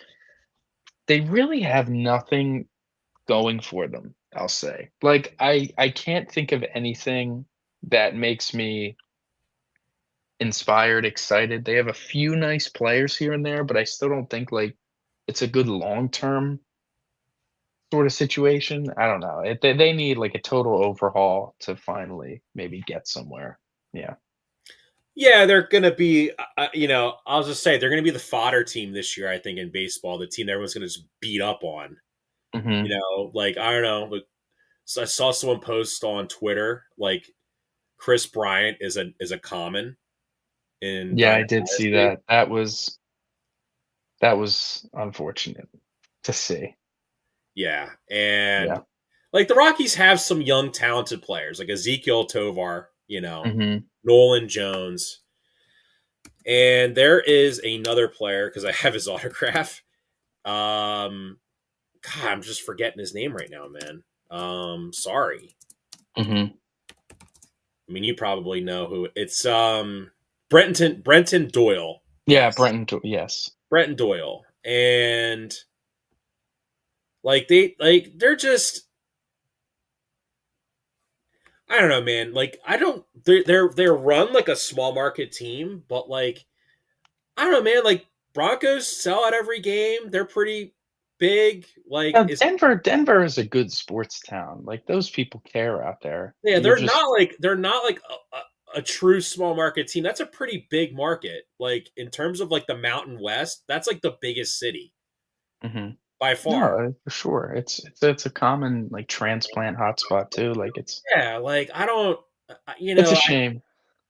you know, We have you have us talking about the geopolitics of Denver, Colorado right now. That's how bad the Rockies are. yeah, Anyways. yeah, yeah, yeah, So, also in that division, it's I think it's gonna be a pretty good one. I like this team's outlook for the season. I don't think they're ready yet, but the San Francisco Giants have some intriguing pieces to them. Verlander kind of looks really good.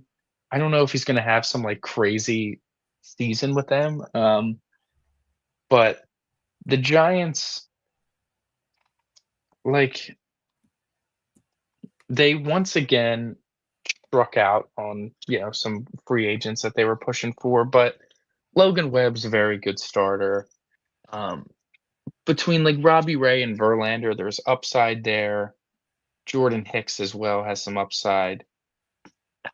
Like Patrick Bailey was intriguing. Lamont Wade and Wilmer Flores have been like the CEOs of just being solid baseball players for the last handful of years. Willie Adames was their big move. Like they finally landed someone, and it was just Willie Adames. And I don't know. Am I hard pressed to think that Willie Adames is going to have like an 800 OPS again? Maybe, especially in that stadium. I don't think that's a very favorable hitter's ballpark by any stretch of the imagination. I don't think the Giants are going to be great, but I don't think they're going to be like bottom of the barrel either. I think they're going to be a comfortable fourth place in the NL West. Yeah, so obviously they signed Willie Adames, underrated player. I think. I don't think good player on the Brewers, but And it's like Brewers devil magic. Like, I don't know, man. well, here's the thing: is like so the Giants are now run by Buster Yeah, they Posey. get yes. They fired Farhad Zahadi, and obviously they got rid of Gabe. Hmm. Gabe's not there anymore, Hmm. and they have like the thing with the Giants is they keep trying to spend big in free agency. Like they just strike out so much, and Hmm. I think with them, like I don't know, man. Like when has naming a former like popular player as like an executive, when has that like ever worked? Truly worked, like consistently. Yeah. No, I hear you, man. Especially like it's usually the guys that are good or like the guys that weren't good baseball players, you know? Buster Posey is one of the better catchers that the sport's ever seen. Like it tells me that like they were going all in on analytics, like the Dodgers were, but like they just couldn't replicate it because the Dodgers obviously like you have like 20 guys that make up that whole like team and you just take one guy out and it's like, well, where are they going to find the other 19 Yeah, guys? and it's like in negotiations, if like, Buster Posey's the face of your guy talking, like it might be more convincing. I don't know. I don't know. Um, but anyways, that's where the excitement starts is with these three teams in the Right. AL or the NL West. The team I have finishing third actually are the San Diego Padres. I agree with Uh, that.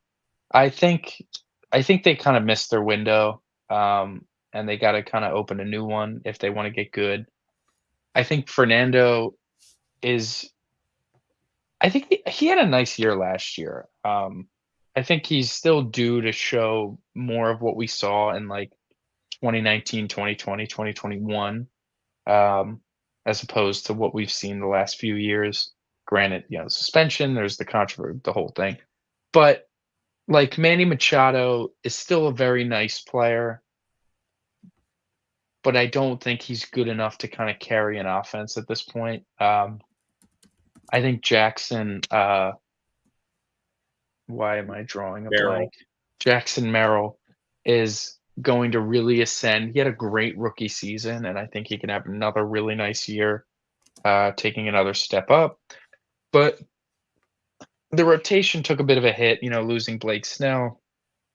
It's still decent, um, but I think the rest of the NL West is very, very good. I think the other Right. two I teams agree are with just that. better. What do you Yeah, think? like What do you think about them splashing and signing Nick Pivetta? I think that's a decent um I think that's a decent it's upside, like he's a guy, he strikes out a lot of guys, walks a lot of guys. It's a decent arm to just have to throw around out there. So Dylan Cease. is a guy I saw that they were shopping this offseason, the Padres, Yeah, because they just have like, no money. yeah, I mean Their they're owner dying unexpectedly was rather unfortunate for their right, which is why they were franchise. forced to trade Soto I mean, last their TV offseason. deal fell apart. Like it just the Padres, despite it having like top 5 attendance in baseball, is taking a hit on other fronts financially. So, like to me, like Like you said, Bogarts not being kind of a bust signing is just very unfortunate for them. yeah, like he was supposed to be, he was like the heart and soul of like the Red Sox clubhouse. And then you thought he would, remember when he moved over there.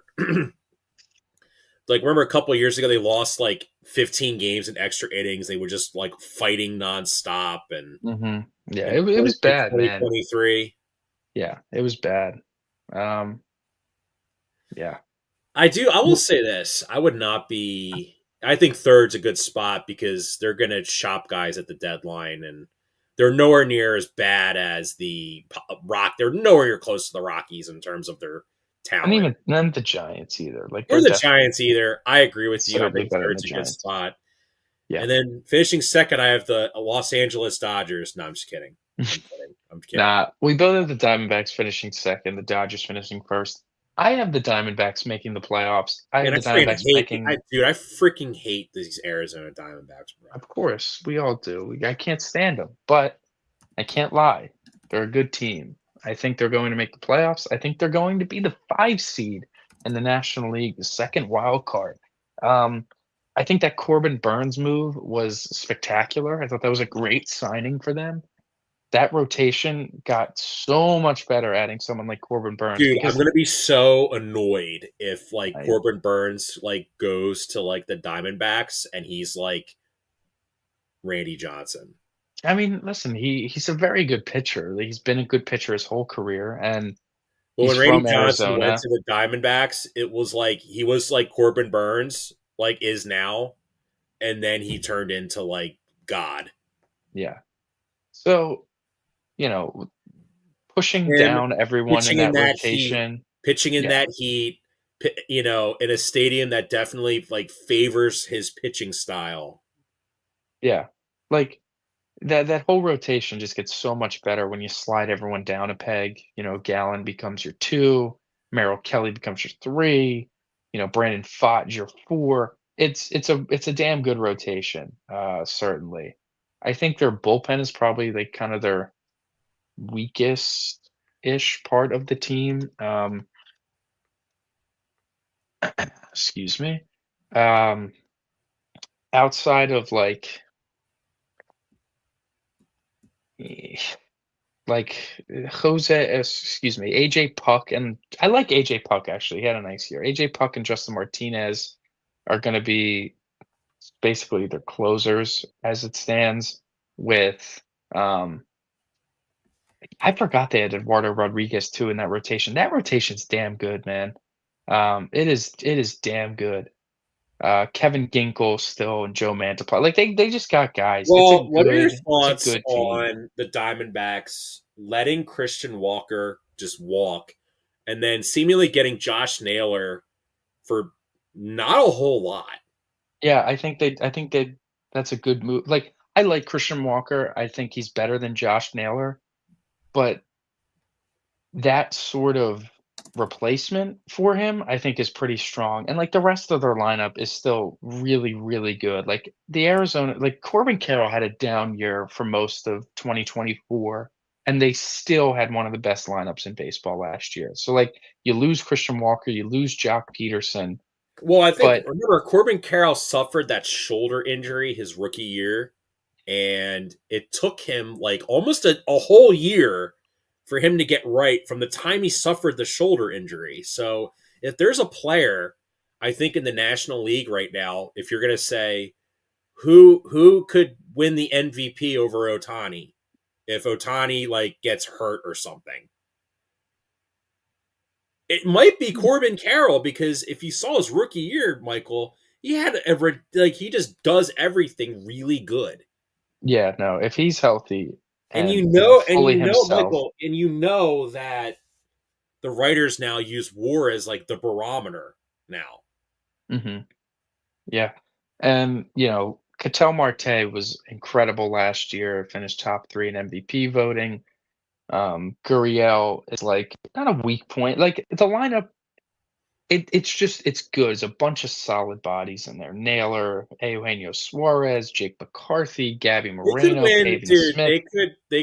They could be like the Phillies of 2023, where they win a lot of games, but like the team ahead of them is just gonna.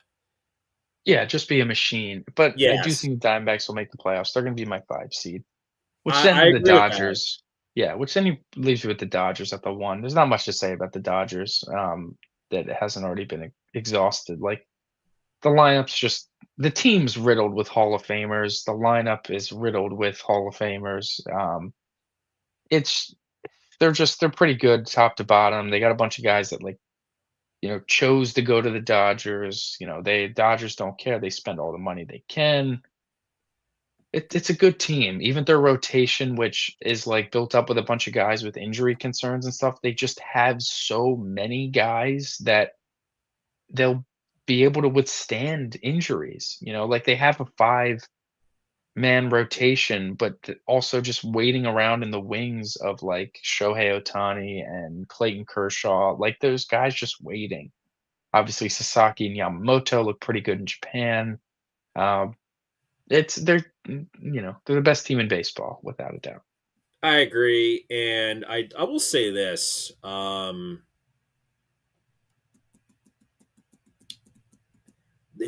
Michael, I'm blanking. Who was the reliever from the Marlins? The Marlins. Didn't he sign there? Oh, Tanner Scott? Yeah, Yes, he's a Dodger, yes. and then obviously rookie. So, like, I mean, Michael, at what point? I mean, at what point does the The other league step 29 in. owners just step in and say what the Dodgers are doing is? I don't say they're clearly like circumventing with like the deferred money, which everyone does defer money, but they do it. I mean, They do it because they're in a very unique am situation where I a they can hypocrite afford to because the do it. Eagles sort of kind of do what the Dodgers do with like? Yes, for sure. The Dodgers do it because they can get away with it, and it's like I the only issue you can maybe come up with is, like, international signings, come up with something to maybe try to prevent the Dodgers from just getting all the Japanese-born players because it's close and Otani's already there. Like, it's hard to stop that, though. I don't know. It's tough, man. Like, okay, I'm supposed to tell Blake Snell, "Don't sign with the Dodgers." I'm supposed to Tanner Scott, "Don't sign with the Dodgers." They offered him good money, and, like, why would you not wanna go play there? It does you know what? I will say this. Like It's hard to stop. after the Yankees like had their dynasty, Mhm. they were doing a lot what the Dodgers did, which is just sign all these big names. And they only got one World Series out of it, and it was against the Phillies. But like I do think from like a clubhouse standpoint, you know, there's a lot of pressure on this Dodgers team to like be great. And there's one weakness I think with the Dodgers. I think it's their manager. Yeah, but I don't think it's enough to really tear him down. I agree. Yeah, I mean, I guess from my the point Like, being, even a dumbassery bullpen decision or something, like, okay, we might have blown the lead, but now we have, you know, Ohtani, Betts, Freeman do up. It's just I mean, this is clearly looking like they're going to be like the Splash Bros of MLB. there's just gonna be, you know, a dynasty. Like, they're the new dynasty that, you know, they finally got their first one that wasn't in the bubble, and, you know, they're gonna be the World Series favorite every year for the next, like, 5 years. Yeah, Um, so I have them finishing as the 1 seed in the National League, yeah. which we all know playoff baseball is a crapshoot, so, you know, anything can truly happen. Now on to the NL Central. We're gonna start with the Cardinals, and I'm happy to Ooh. say that the Cardinals suck, and I'm really, really happy to say that they have nothing going for them. Um, they don't have, like, encouraging prospect pool. Their veterans that they have aged themselves out, and they can't really afford to sign anybody. Not that they can't afford, they just don't. I'm very happy that the Cardinals have been Yeah, I feel gutted. like the Cardinals are in the exact position the Phillies were when like Ryan Howard, Chase Elliott, Jimmy Rollins either left or got old. Yeah, yeah, yeah. I'm not very high on the Cardinals. I'm gonna have them finishing last. Yeah. Next on the docket, I'm gonna have the Pittsburgh Pirates. I don't think they're there yet. Obviously, Skeens is wonderful, but it's a question on if he's gonna be able to stay healthy this year. Is he gonna pitch like 200 innings, or is he gonna, be closer to like 150? Hopefully, he's healthy for his sake. I don't know, but they have some intriguing pieces in and around the team, but I don't think it's a lot to make them feel, I don't know, risky enough. Um, I think last year was an opportunity to kind of buy at the deadline to maybe just try to sneak in because you had that top 3 of your rotation so good that, perhaps if you're playing, uh, 3 seeded Brewers or something, you could have been the team to dethrone them with just a really good top of the rotation, and I guess that logic still applies. I think they'll be a little under 500, but ultimately not ready yet. Maybe they never are because they don't spend money. I'm one. Yeah, so I think the Pirates are an intriguing team. They've obviously their farm system's been. I mean, they have some players like they have some guys like Key Brian Hayes is obviously an amazing defensive player, not a good hitter. Brian Mhm. Reynolds, pretty good switch hitter, not a good defensive player. Right. They have Philly's fan favorite, Andrew McCutcheon there. I like Cutch. Mhm. Dude, he's been around forever. I don't know what his outlook would be. I His mean, final, seemingly his final season, and then it's coming around. you just have a bunch of like question marks. So like you have like O'Neal Cruz. Like if O'Neal Cruz breaks out, Pirates might be like a fringe wild card team Mhm. because of their rotation, right? Paul Skeens, favorite to win the Cy Young, right? But to your point, I don't think he's a good bet because, like you just brought up, what if he has an innings limit? You It's can't just give. like, what if You're not what going if to he give gets this Cy Young to someone who might get shut down in September because they're managing his innings. right, you're not gonna. Yeah, exactly. So, now we're gonna go to the Reds. Uh, the Reds, oh, they're like the fun pick to finally break out. Ellie De La Cruz finally hits his full breakout. The young Reds offense is all put together, but another team, like, I could, as much as I'm happy to see the Cardinals be bad or whatever and projecting the Pirates, the Reds could very easily, I think, finish last in this division too if their guys don't take the step up that they kinda are hoping that they do. They're not like a super they're not a proven team. They're a bunch of young guys that have yet to kind of like I said, prove themselves. McLean. Yeah, like, the Ellie. lineup is projected to be out of TJ Friedel, Matt McLean, Ellie De La Cruz, Austin Hayes is like projected to bat like fourth or fifth for them. Jeimer Candelario, Gavin Lux, Encarnacion Strand, Jake Fraley. You got Will Benson on the bench that people, when he gets healthy, people are going to be looking to. But Fairchild, Spencer, they get just, it's just uninspiring. And their rotation, I actually am intrigued. Hunter Green, Ladola, Brady Singer, I thought was a nice little move for them. But it's just I don't know. They're not much of anything to worry about, I think, yet, and may not be for quite some time. Not very high on the Reds.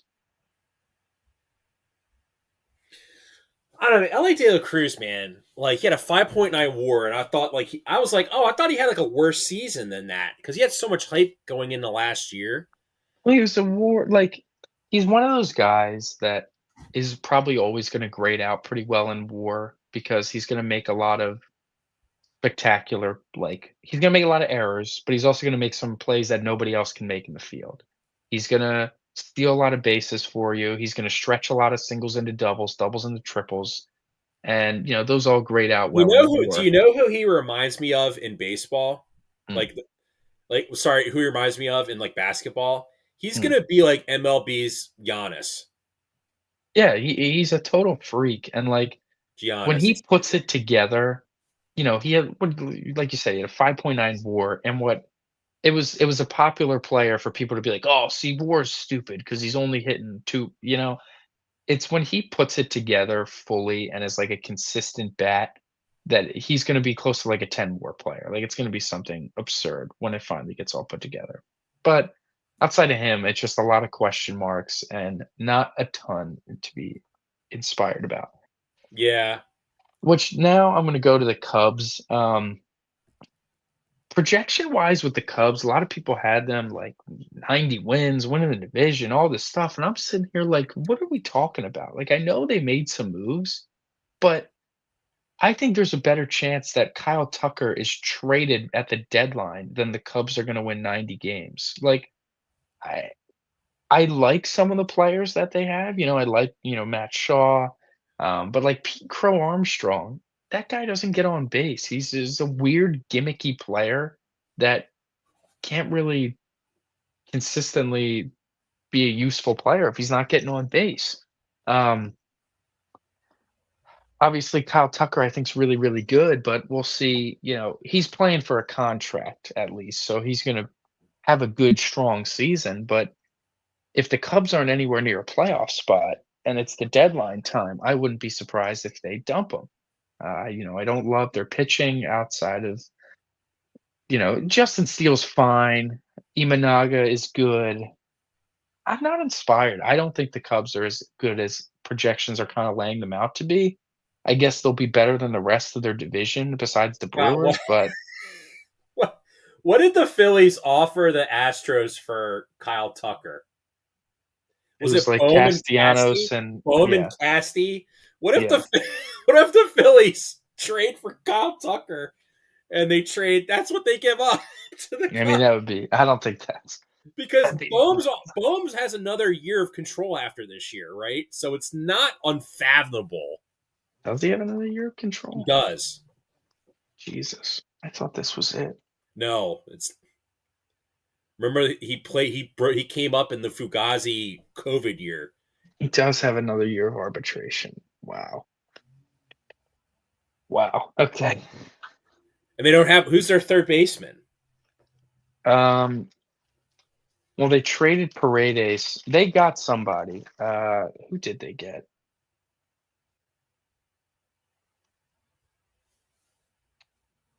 The Chicago Cubs. Oh, I guess they didn't get anybody. Matt Shaw is projected to be the everyday third baseman. Yeah.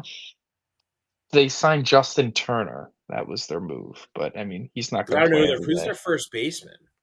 It's Michael Bush. Hmm. Right. Yeah, exactly. I'm not very high. Which then leads me to the Brewers, which I'm not super high on the Brewers, but they do just tend to kind of win right around 90 games a season, a little more usually. They did lose Devin Williams, which was brutal. They did also lose Willie Adames, like we talked about earlier. But Jackson Churio could quietly win the NL MVP this year. He was a freak at age 20, and I'm just really, really high on him. And I think that's kind of enough to not that, one player's enough, obviously, but the way the Brewers are built out, I just, it's more so I don't like the Cubs and the rest of the NL Central. as much as I like the Brewers. Like Christian Yelich, while he was healthy, was a very nice player last year. William Contreras had a very nice offensive season. Reese Hoskins has had a pretty good spring. And then you combo all that with, Jackson Churio, Bryce Terang having a decent season. And then, you know, they added Nestor Cortez to help out the rotation, which I think is kind of weak, I'll say.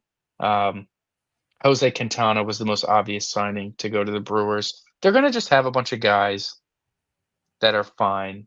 They're going to be not as good as they've usually been, but I still think it's enough to make the playoffs and win the division. I'm going to have them finishing first in that division. Yeah, I mean, this is what they do. They're like the Rays, like a few years ago. They're just going to win Mhm. 95 games somehow, but every Mhm. time they're going to get to the playoffs, they're going to fail because they just don't have the talent. So like, you can't fugazi playoff wins like you can in the regular season. No, They're and gonna beat every bad team there is with this analytics. They'll finish 500 ish against like the good teams, and then they're gonna lose in mhm. the playoffs. I Yeah, I mean, mean, like, last year, they had every reason to defeat the Mets, and, like, they were on the cusp, and, what's his name? Pete Devin Alonso. Williams was yeah, well, Devin Williams is, like, tipping pitches, and he knows he was tipping pitches because if you look at him throw now for the Yankees, he, changed his rotation like, he changed his delivery, the way he comes set and the way he delivers the baseball, so he knows he was clearly tipping. And that just, that sucks, man, because last year was a pretty good Brewers team. But regardless, that is it for the NL Central. And now we head to the NL East, where we will start with the Miami Marlins. Oh boy, the Marlins. They still need to add salary unless they're just going to take on the grievance filed from the Major League Baseball Players Association for not hitting the minimum salary that they kind of need to.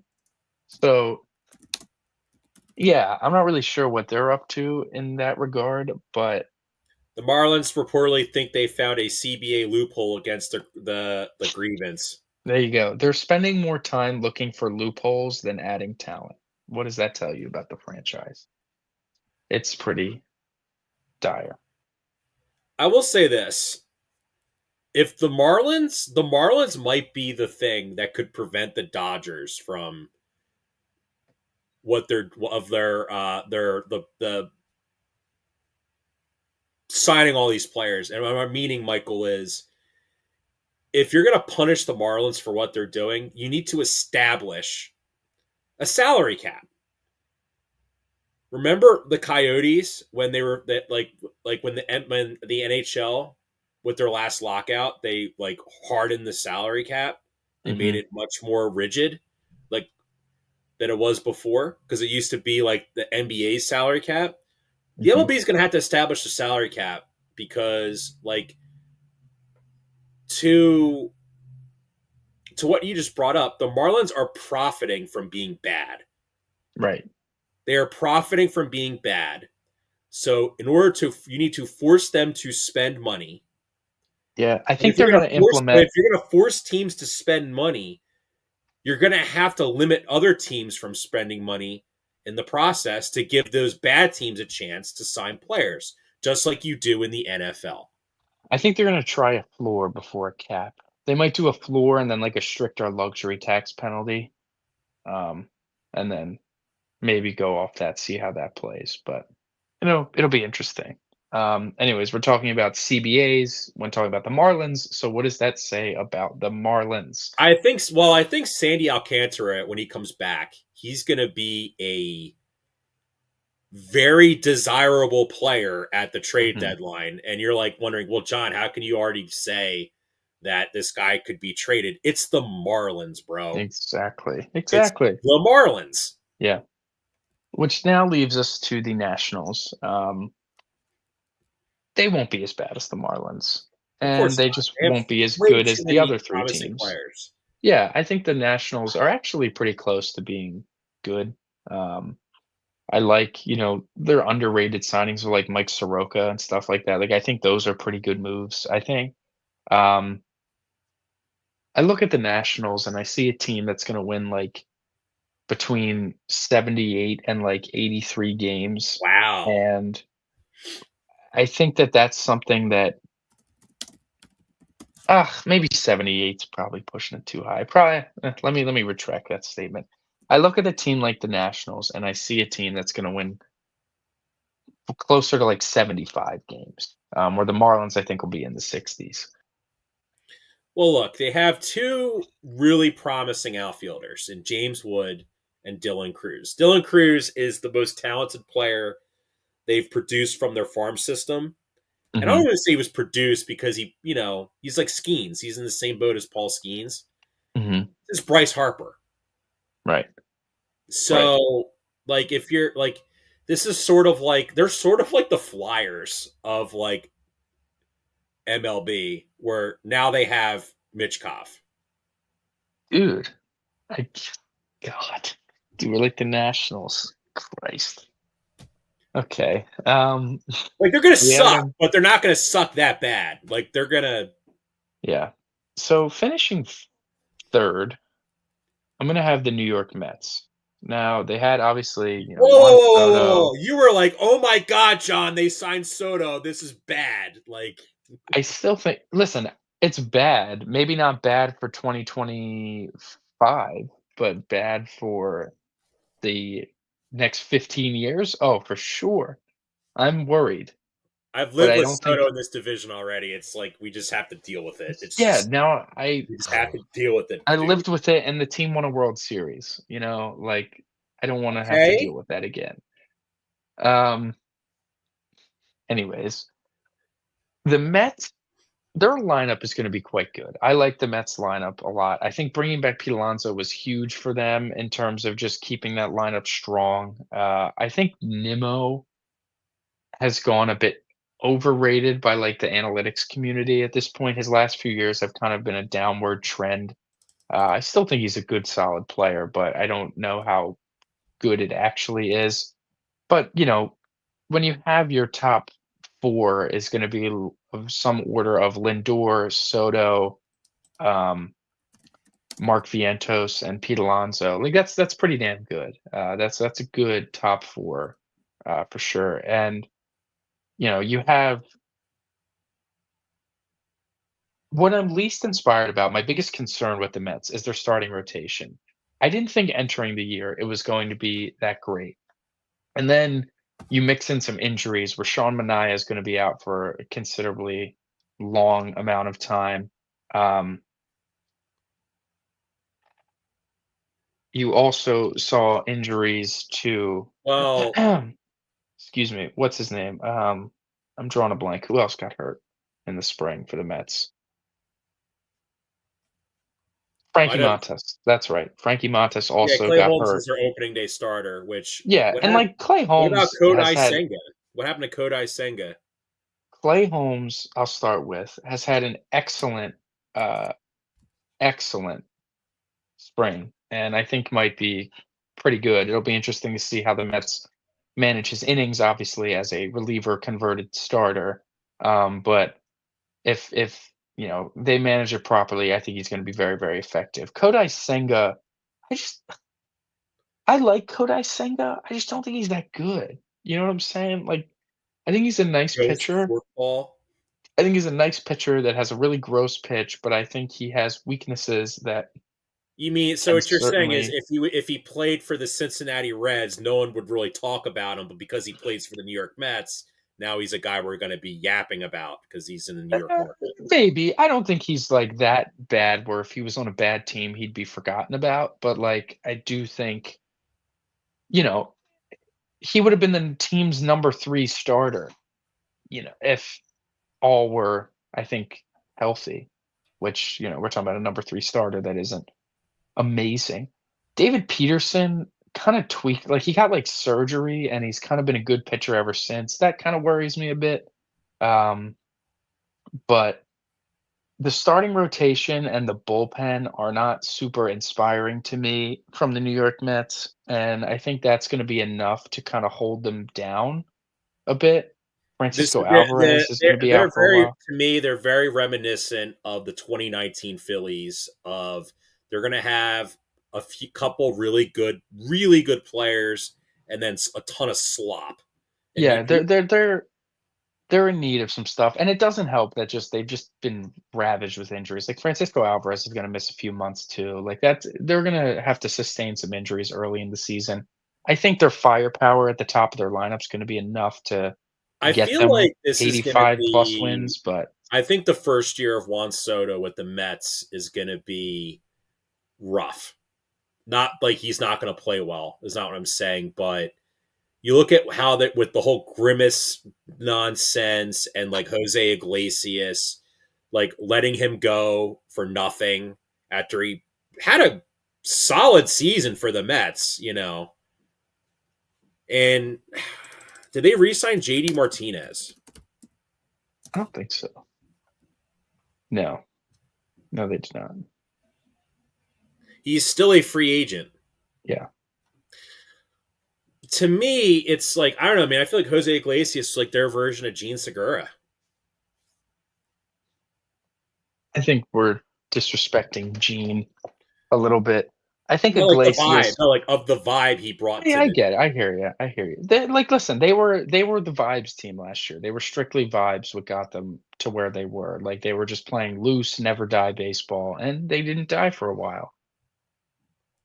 Okay. Do I like it's hard to like start a year like that. It's hard to start a year as like the never die team. You know, you kind of have to build that, and that's what the Mets were when they were, what were they? Like 19 and 30 or something to start the year. Like they were one of the worst teams in baseball for the first few months, and then obviously had the crazy turnaround. So, they're starting the year with expectations at this point where if you don't meet them, you're not going to be able to build up that mantra as like the, low expectation, whatever, man. Like, I don't know. I still think they're going to make the playoffs. I'd have them as my sixth seed.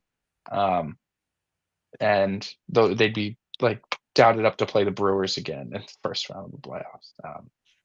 But yeah, that's where I have the Mets finishing. I'm gonna talk about the Braves next. We'll save the Phillies. The Braves, I have them finishing first in the division. Look at Mm. a team last year that was totally ravaged by injuries, which like I said they were gonna be like the Niners, and then their entire team got hurt, and I was like, wow. And then the Niners also got really injured, and I was like, wow, what was I cooking with? Um, Oh, but sorry. This is Michael right now. no, for Ah. sure, I nailed it. The issue is they still won what 89 games last year. So they won 89 games and they were beaten and battered and just destroyed by injuries. So now Well, we need to talk about their off season, and they're just a good they team, signed a man. guy who I really wanted the Phillies to go after in Jurickson Profar, but um, Well, he's banged up, right?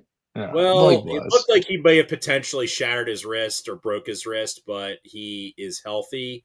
But if that wrist is going to nag him all season, that's tough. Like Jurickson Profar on the Padres last year was an all star. Like He was a great player. he was a You look really at underrated player. Now, here's the big thing though, Michael. Acuna's just got the knees of a 80-year-old man. yeah, And their what's going to injury happen with him? are Because he yeah, struggled before he blew his knee out last year, if you recall.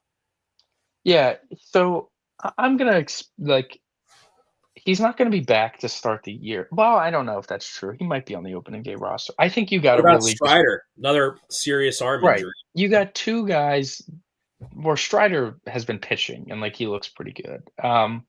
But you got 2 of your best players that are coming back from injury to start the year. There'll be huge shots in the arm for that rotation and that lineup. I Chris Sale, Spencer Strider, and Ronaldo Lopez with, like, Schwellenbach and Grant Holmes or Smith Shawver. Like, it's good. It's a solid rotation. The lineup is good, Are I you expect. concerned? Are you concerned about not concerned, but are you wanting to fade Sale because this was his first healthy year in 5 seasons? I'm willing to fade Sale, especially the way his health kinda deteriorated by the season's end. Um, but their lineup is just gonna be really, really good, man, and I think my biggest concern with them is just their bullpen. I don't think their bullpen is good at all. They just signed Enyel De Los Santos and Hector Neris, who both made the opening day roster for them. Like, those are 2 guys that are going to be in their bullpen on opening day, and it's just, I don't know, not super inspiring there. Raisel Iglesias was obviously very good, but I mean, like Pierce Johnson or Aaron Bummer, Dylan Lee, I think it's going to be a yeah, dogfight for the between the Phillies and the Braves for it's the a NL. weak bullpen, but I think their offense is gonna be enough where they Uh, get the edge on the division. this thing with the Braves is like obviously 2022 insane season. 2023, you mean? 2023, excuse me, insane season from them, right? Yeah. Insane season. Even like 2022 was an insane season. They came back and caught the Mets, winning over 100 games. Right, right. They had Yes. two back-to-back 100 win seasons last year. Like you said, Niners downfall, everyone died. It was I'm crazy. gonna tell you what though, dude. Like, here's the thing with the Braves is I feel like with their manager with Brad Snitker, he Right. definitely feels like this sense of entitlement. And there's always they are like the Niners. They just make tons of excuses. They always have an They excuse. always have an excuse. And now that They they're getting do, everyone John, they back and they do. have Profar, they really don't have one. Yeah. But I could kind of see like the oh yeah, like everyone's back. We're gonna Phillies blow. We're gonna win, and they could I don't know, not choke, but it's gonna be a very neck and It's neck. gonna be tight. It's gonna be tight for sure, and that leaves us with the Phils. I'll have them finishing second, which to round out my NL playoff seeding would be the Dodgers, the Braves as the 2, the Brewers as the 3, Phillies as the 4, Diamondbacks as the 5, and the Mets as the 6, which if you think Phillies Diamondbacks wild card round, oh boy, what a series that would be. That scares me. Anyways, the Phils, I think, are gonna win right around 90 games. You look at that rotation, it's the best rotation in baseball, in my opinion. Um, Ranger Suarez may open the year on the IL. He said he seems to be fine, but he was dealing with some back stiffness. Said it was not nearly as like intense as what he was dealing with last year. But even if he does, The like, Phillies and you are in got the to position throw to be cautious. right, even if he does, and you got to open up the year with Taiwan, who unfortunately got bombed in his last start, and like Yeah, it he did. was so easy for everyone to jump on him. I honestly felt bad because I thought he was having a pretty decent spring. I think his stuff does look better for sure. It's just a matter of if it can translate to some decent outings because he is very easy for everyone to just pile on. I hope if he does have to get a few starts to start the year, he shuts some people up because he's he's one of the best people on the Phillies for sure. Like one of the best people in baseball in terms of just like the human. So I'm rooting for him for sure. Regardless, outside of that, you have Zach Wheeler, who's going to be the opening day starter. You have Jesus Luzardo, who's going to be their game 2 starter, which sets up having Aaron Nola be your day 3 starter, and Christopher Sanchez is going to get the home opener nod against the Colorado Rockies. So that's pretty cool. I think that the Phillies are going to throw Sanchez that bone of giving him the home opener. And, I think we both have pretty high expectations for him. Uh, Yeah, I he's think going to I think increase his strikeout stuff, which will help a little bit, but it's not going to be too much. It's going to be interesting because I think everyone, as the offseason has come to a close, the popular dark horse Cy Young pick has been Christopher Sanchez. I've been seeing a lot of people, and granted, a lot of smart people, I would say, people that I think have pretty good baseball opinions and takes or whatnot on social media say, my dark horse Cy Young, my guy who think can win the Cy Young is Christopher Sanchez. With his increase in velocity and hopefully, staying healthy with that, which in turn would probably lead to some more strikeouts. And you combo that with he's one of the, truly the soft contact master. He would is going to be one of the best pitchers in the sport, and if he can stay healthy, go through a full season, right around 200 innings, that's a great year, man. It's one of the best Phillies rotations ever. Definitely the best since 2011 on paper.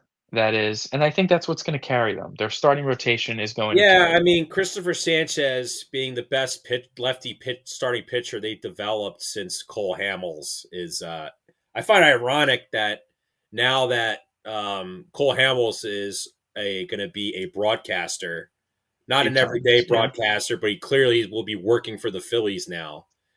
I'll say this: it's I have this weird feeling that this might be the best season Aaron Nola is gonna have as a Philly.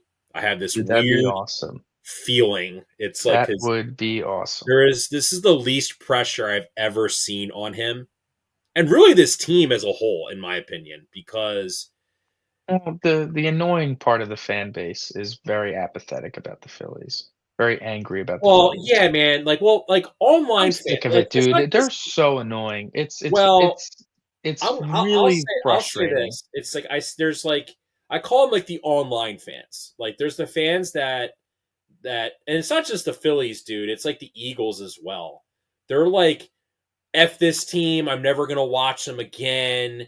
It's not Well, even that, like, oh, it's you the saw people it that during the football season. The same people that were like, Jalen Hurts blows. You yes. know, I hate AJ Brown. It's the Oh my, people that were waiting for the Eagles.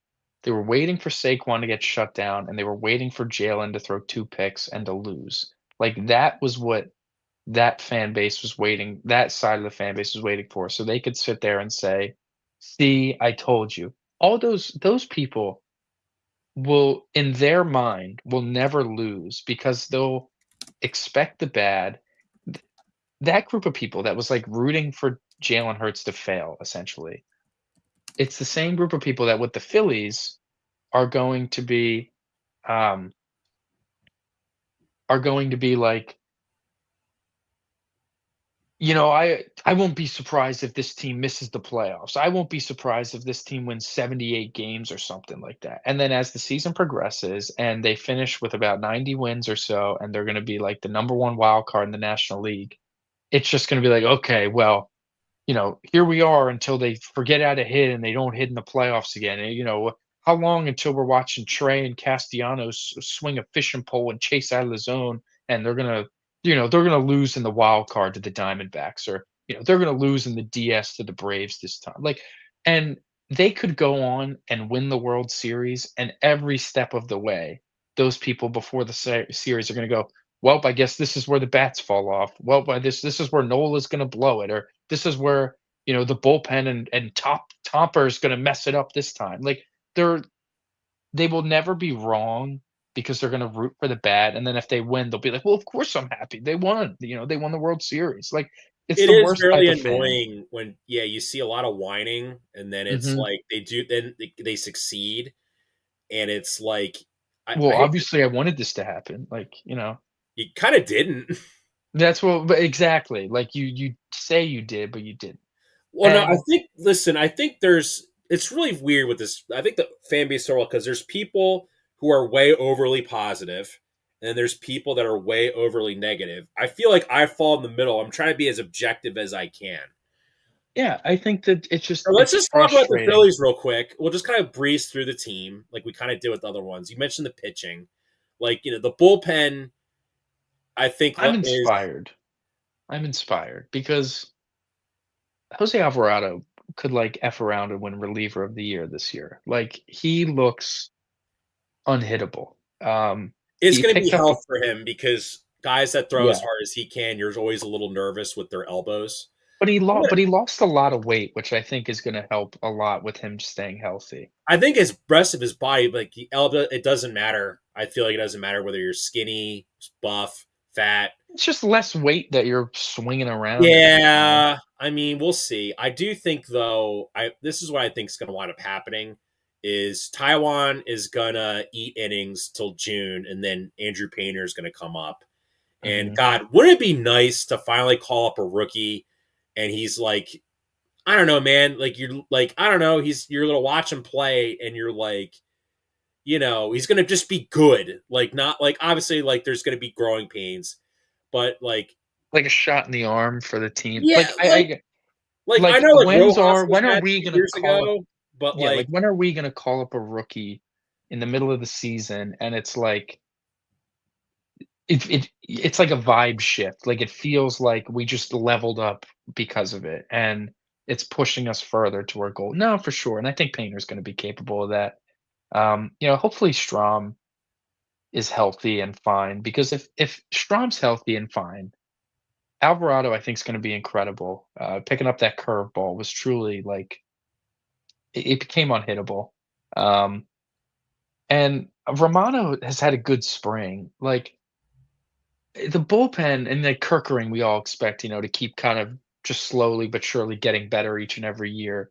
Like the bullpen, if Alvarado is as good as it looks, is going to be fine. In the back end at least. And then it yeah, just leaves you I with the do I lineup do with feel like the vibe of this team entering the season is very similar. It's similar to how the Eagles were entering this year after the collapse. The difference you know, being though is like that Eagle team they had more made some big talent moves. than this Phillies team. Sure, I mean, they went out and signed, like, Saquon. Like, if they signed Soto, that would've been like signing Saquon. But the lineup is the lineup, it's got good players on it. I think this You're is going to be a very pivotal year to Bryce Harper's. I'll just close it with my last closing point before we Mhm. close out the show. Yeah, And you obviously have, yeah. I think this is going to be the most important year of Bryce Harper's career in Philadelphia because I feel like now that we've seen what Jalen Hurts has done with the Eagles, you're going to see, and you're going to roll your eyes. You're going to see so many people are going to compare. They're going to compare apples to oranges. But I think in terms of They like, already started with, like, Embiid, like, Embiid has fallen so far out of the graces of the city that it's like, well, they I won't think, even look but his way when it I comes think to the Hurts. Eagles fans love that Jalen Hurts. Like I don't know, Jalen Hurts celebrates touchdowns. Like you saw him like celebrate when he had the rushing touchdown against the Rams. Jalen yeah, But I hear it's you. but I think it's sort of like Jalen Hurts has that like killer mentality where Bryce when he's frustrated, like throws his bat. You can see he gets pissed. Like Mhm. he's been the most ejected player in baseball. Right. And I'm not saying, and it's because he's very passionate, but it's sort of like Jalen Hurts. He's always like in control. You feel Mhm. like, and you sort of want to see Bryce Harper more in control of his at bats. He sees the fewest strikes out of any hitter in baseball. Wouldn't it Mhm. be kind of cool to see him lead the league in walks and like he gets on base and then like guys behind him, start hitting better or like you know guys in front of him get on base and I just no, I hear you. I hear you. just make the like lives for the opposing pitchers just annoying. Like that's what Bryce, we yeah, need to do. Bryce is gonna be under, the guise of the broader scope of Philadelphia this year for sure. But Well, I think out yeah, of anybody. yeah. So that's our show, everybody. That is our show. Yeah. So everybody, take care. We'll see you next week. We'll have Osius, baseball to talk about, we're gonna talk about baseball. I think we should start. I think we should start maybe talking a little bit about the NFL draft because I've been starting to watch potential Eagles first round picks, and we're Yeah, going to know we'll see what goes because on we're going by to the end of this see week. their top 30 visits already leaked, and as we know, when Eagles invite guys for their top 30 visits, there's a extreme probability they're going to get picked. Yep. So yeah, we'll talk to everybody. Take care. Enjoy your weekend. We are part of the Fired Up Sports Network of shows. Please check out other Fired Up Sports Network podcasts like the P-Lot Pod, Water Cooler Talk, Bell Smashers, Philly Sports Love and Pain, Drunk on Broad, Beer Battered Sports, and the Fired Up Sports Show, which are available on all major podcasting hosting sites and social media. Also, Check out Mark Ramos' Roundup on firedupsports.com, which breaks down the happenings going on with all your favorite local teams.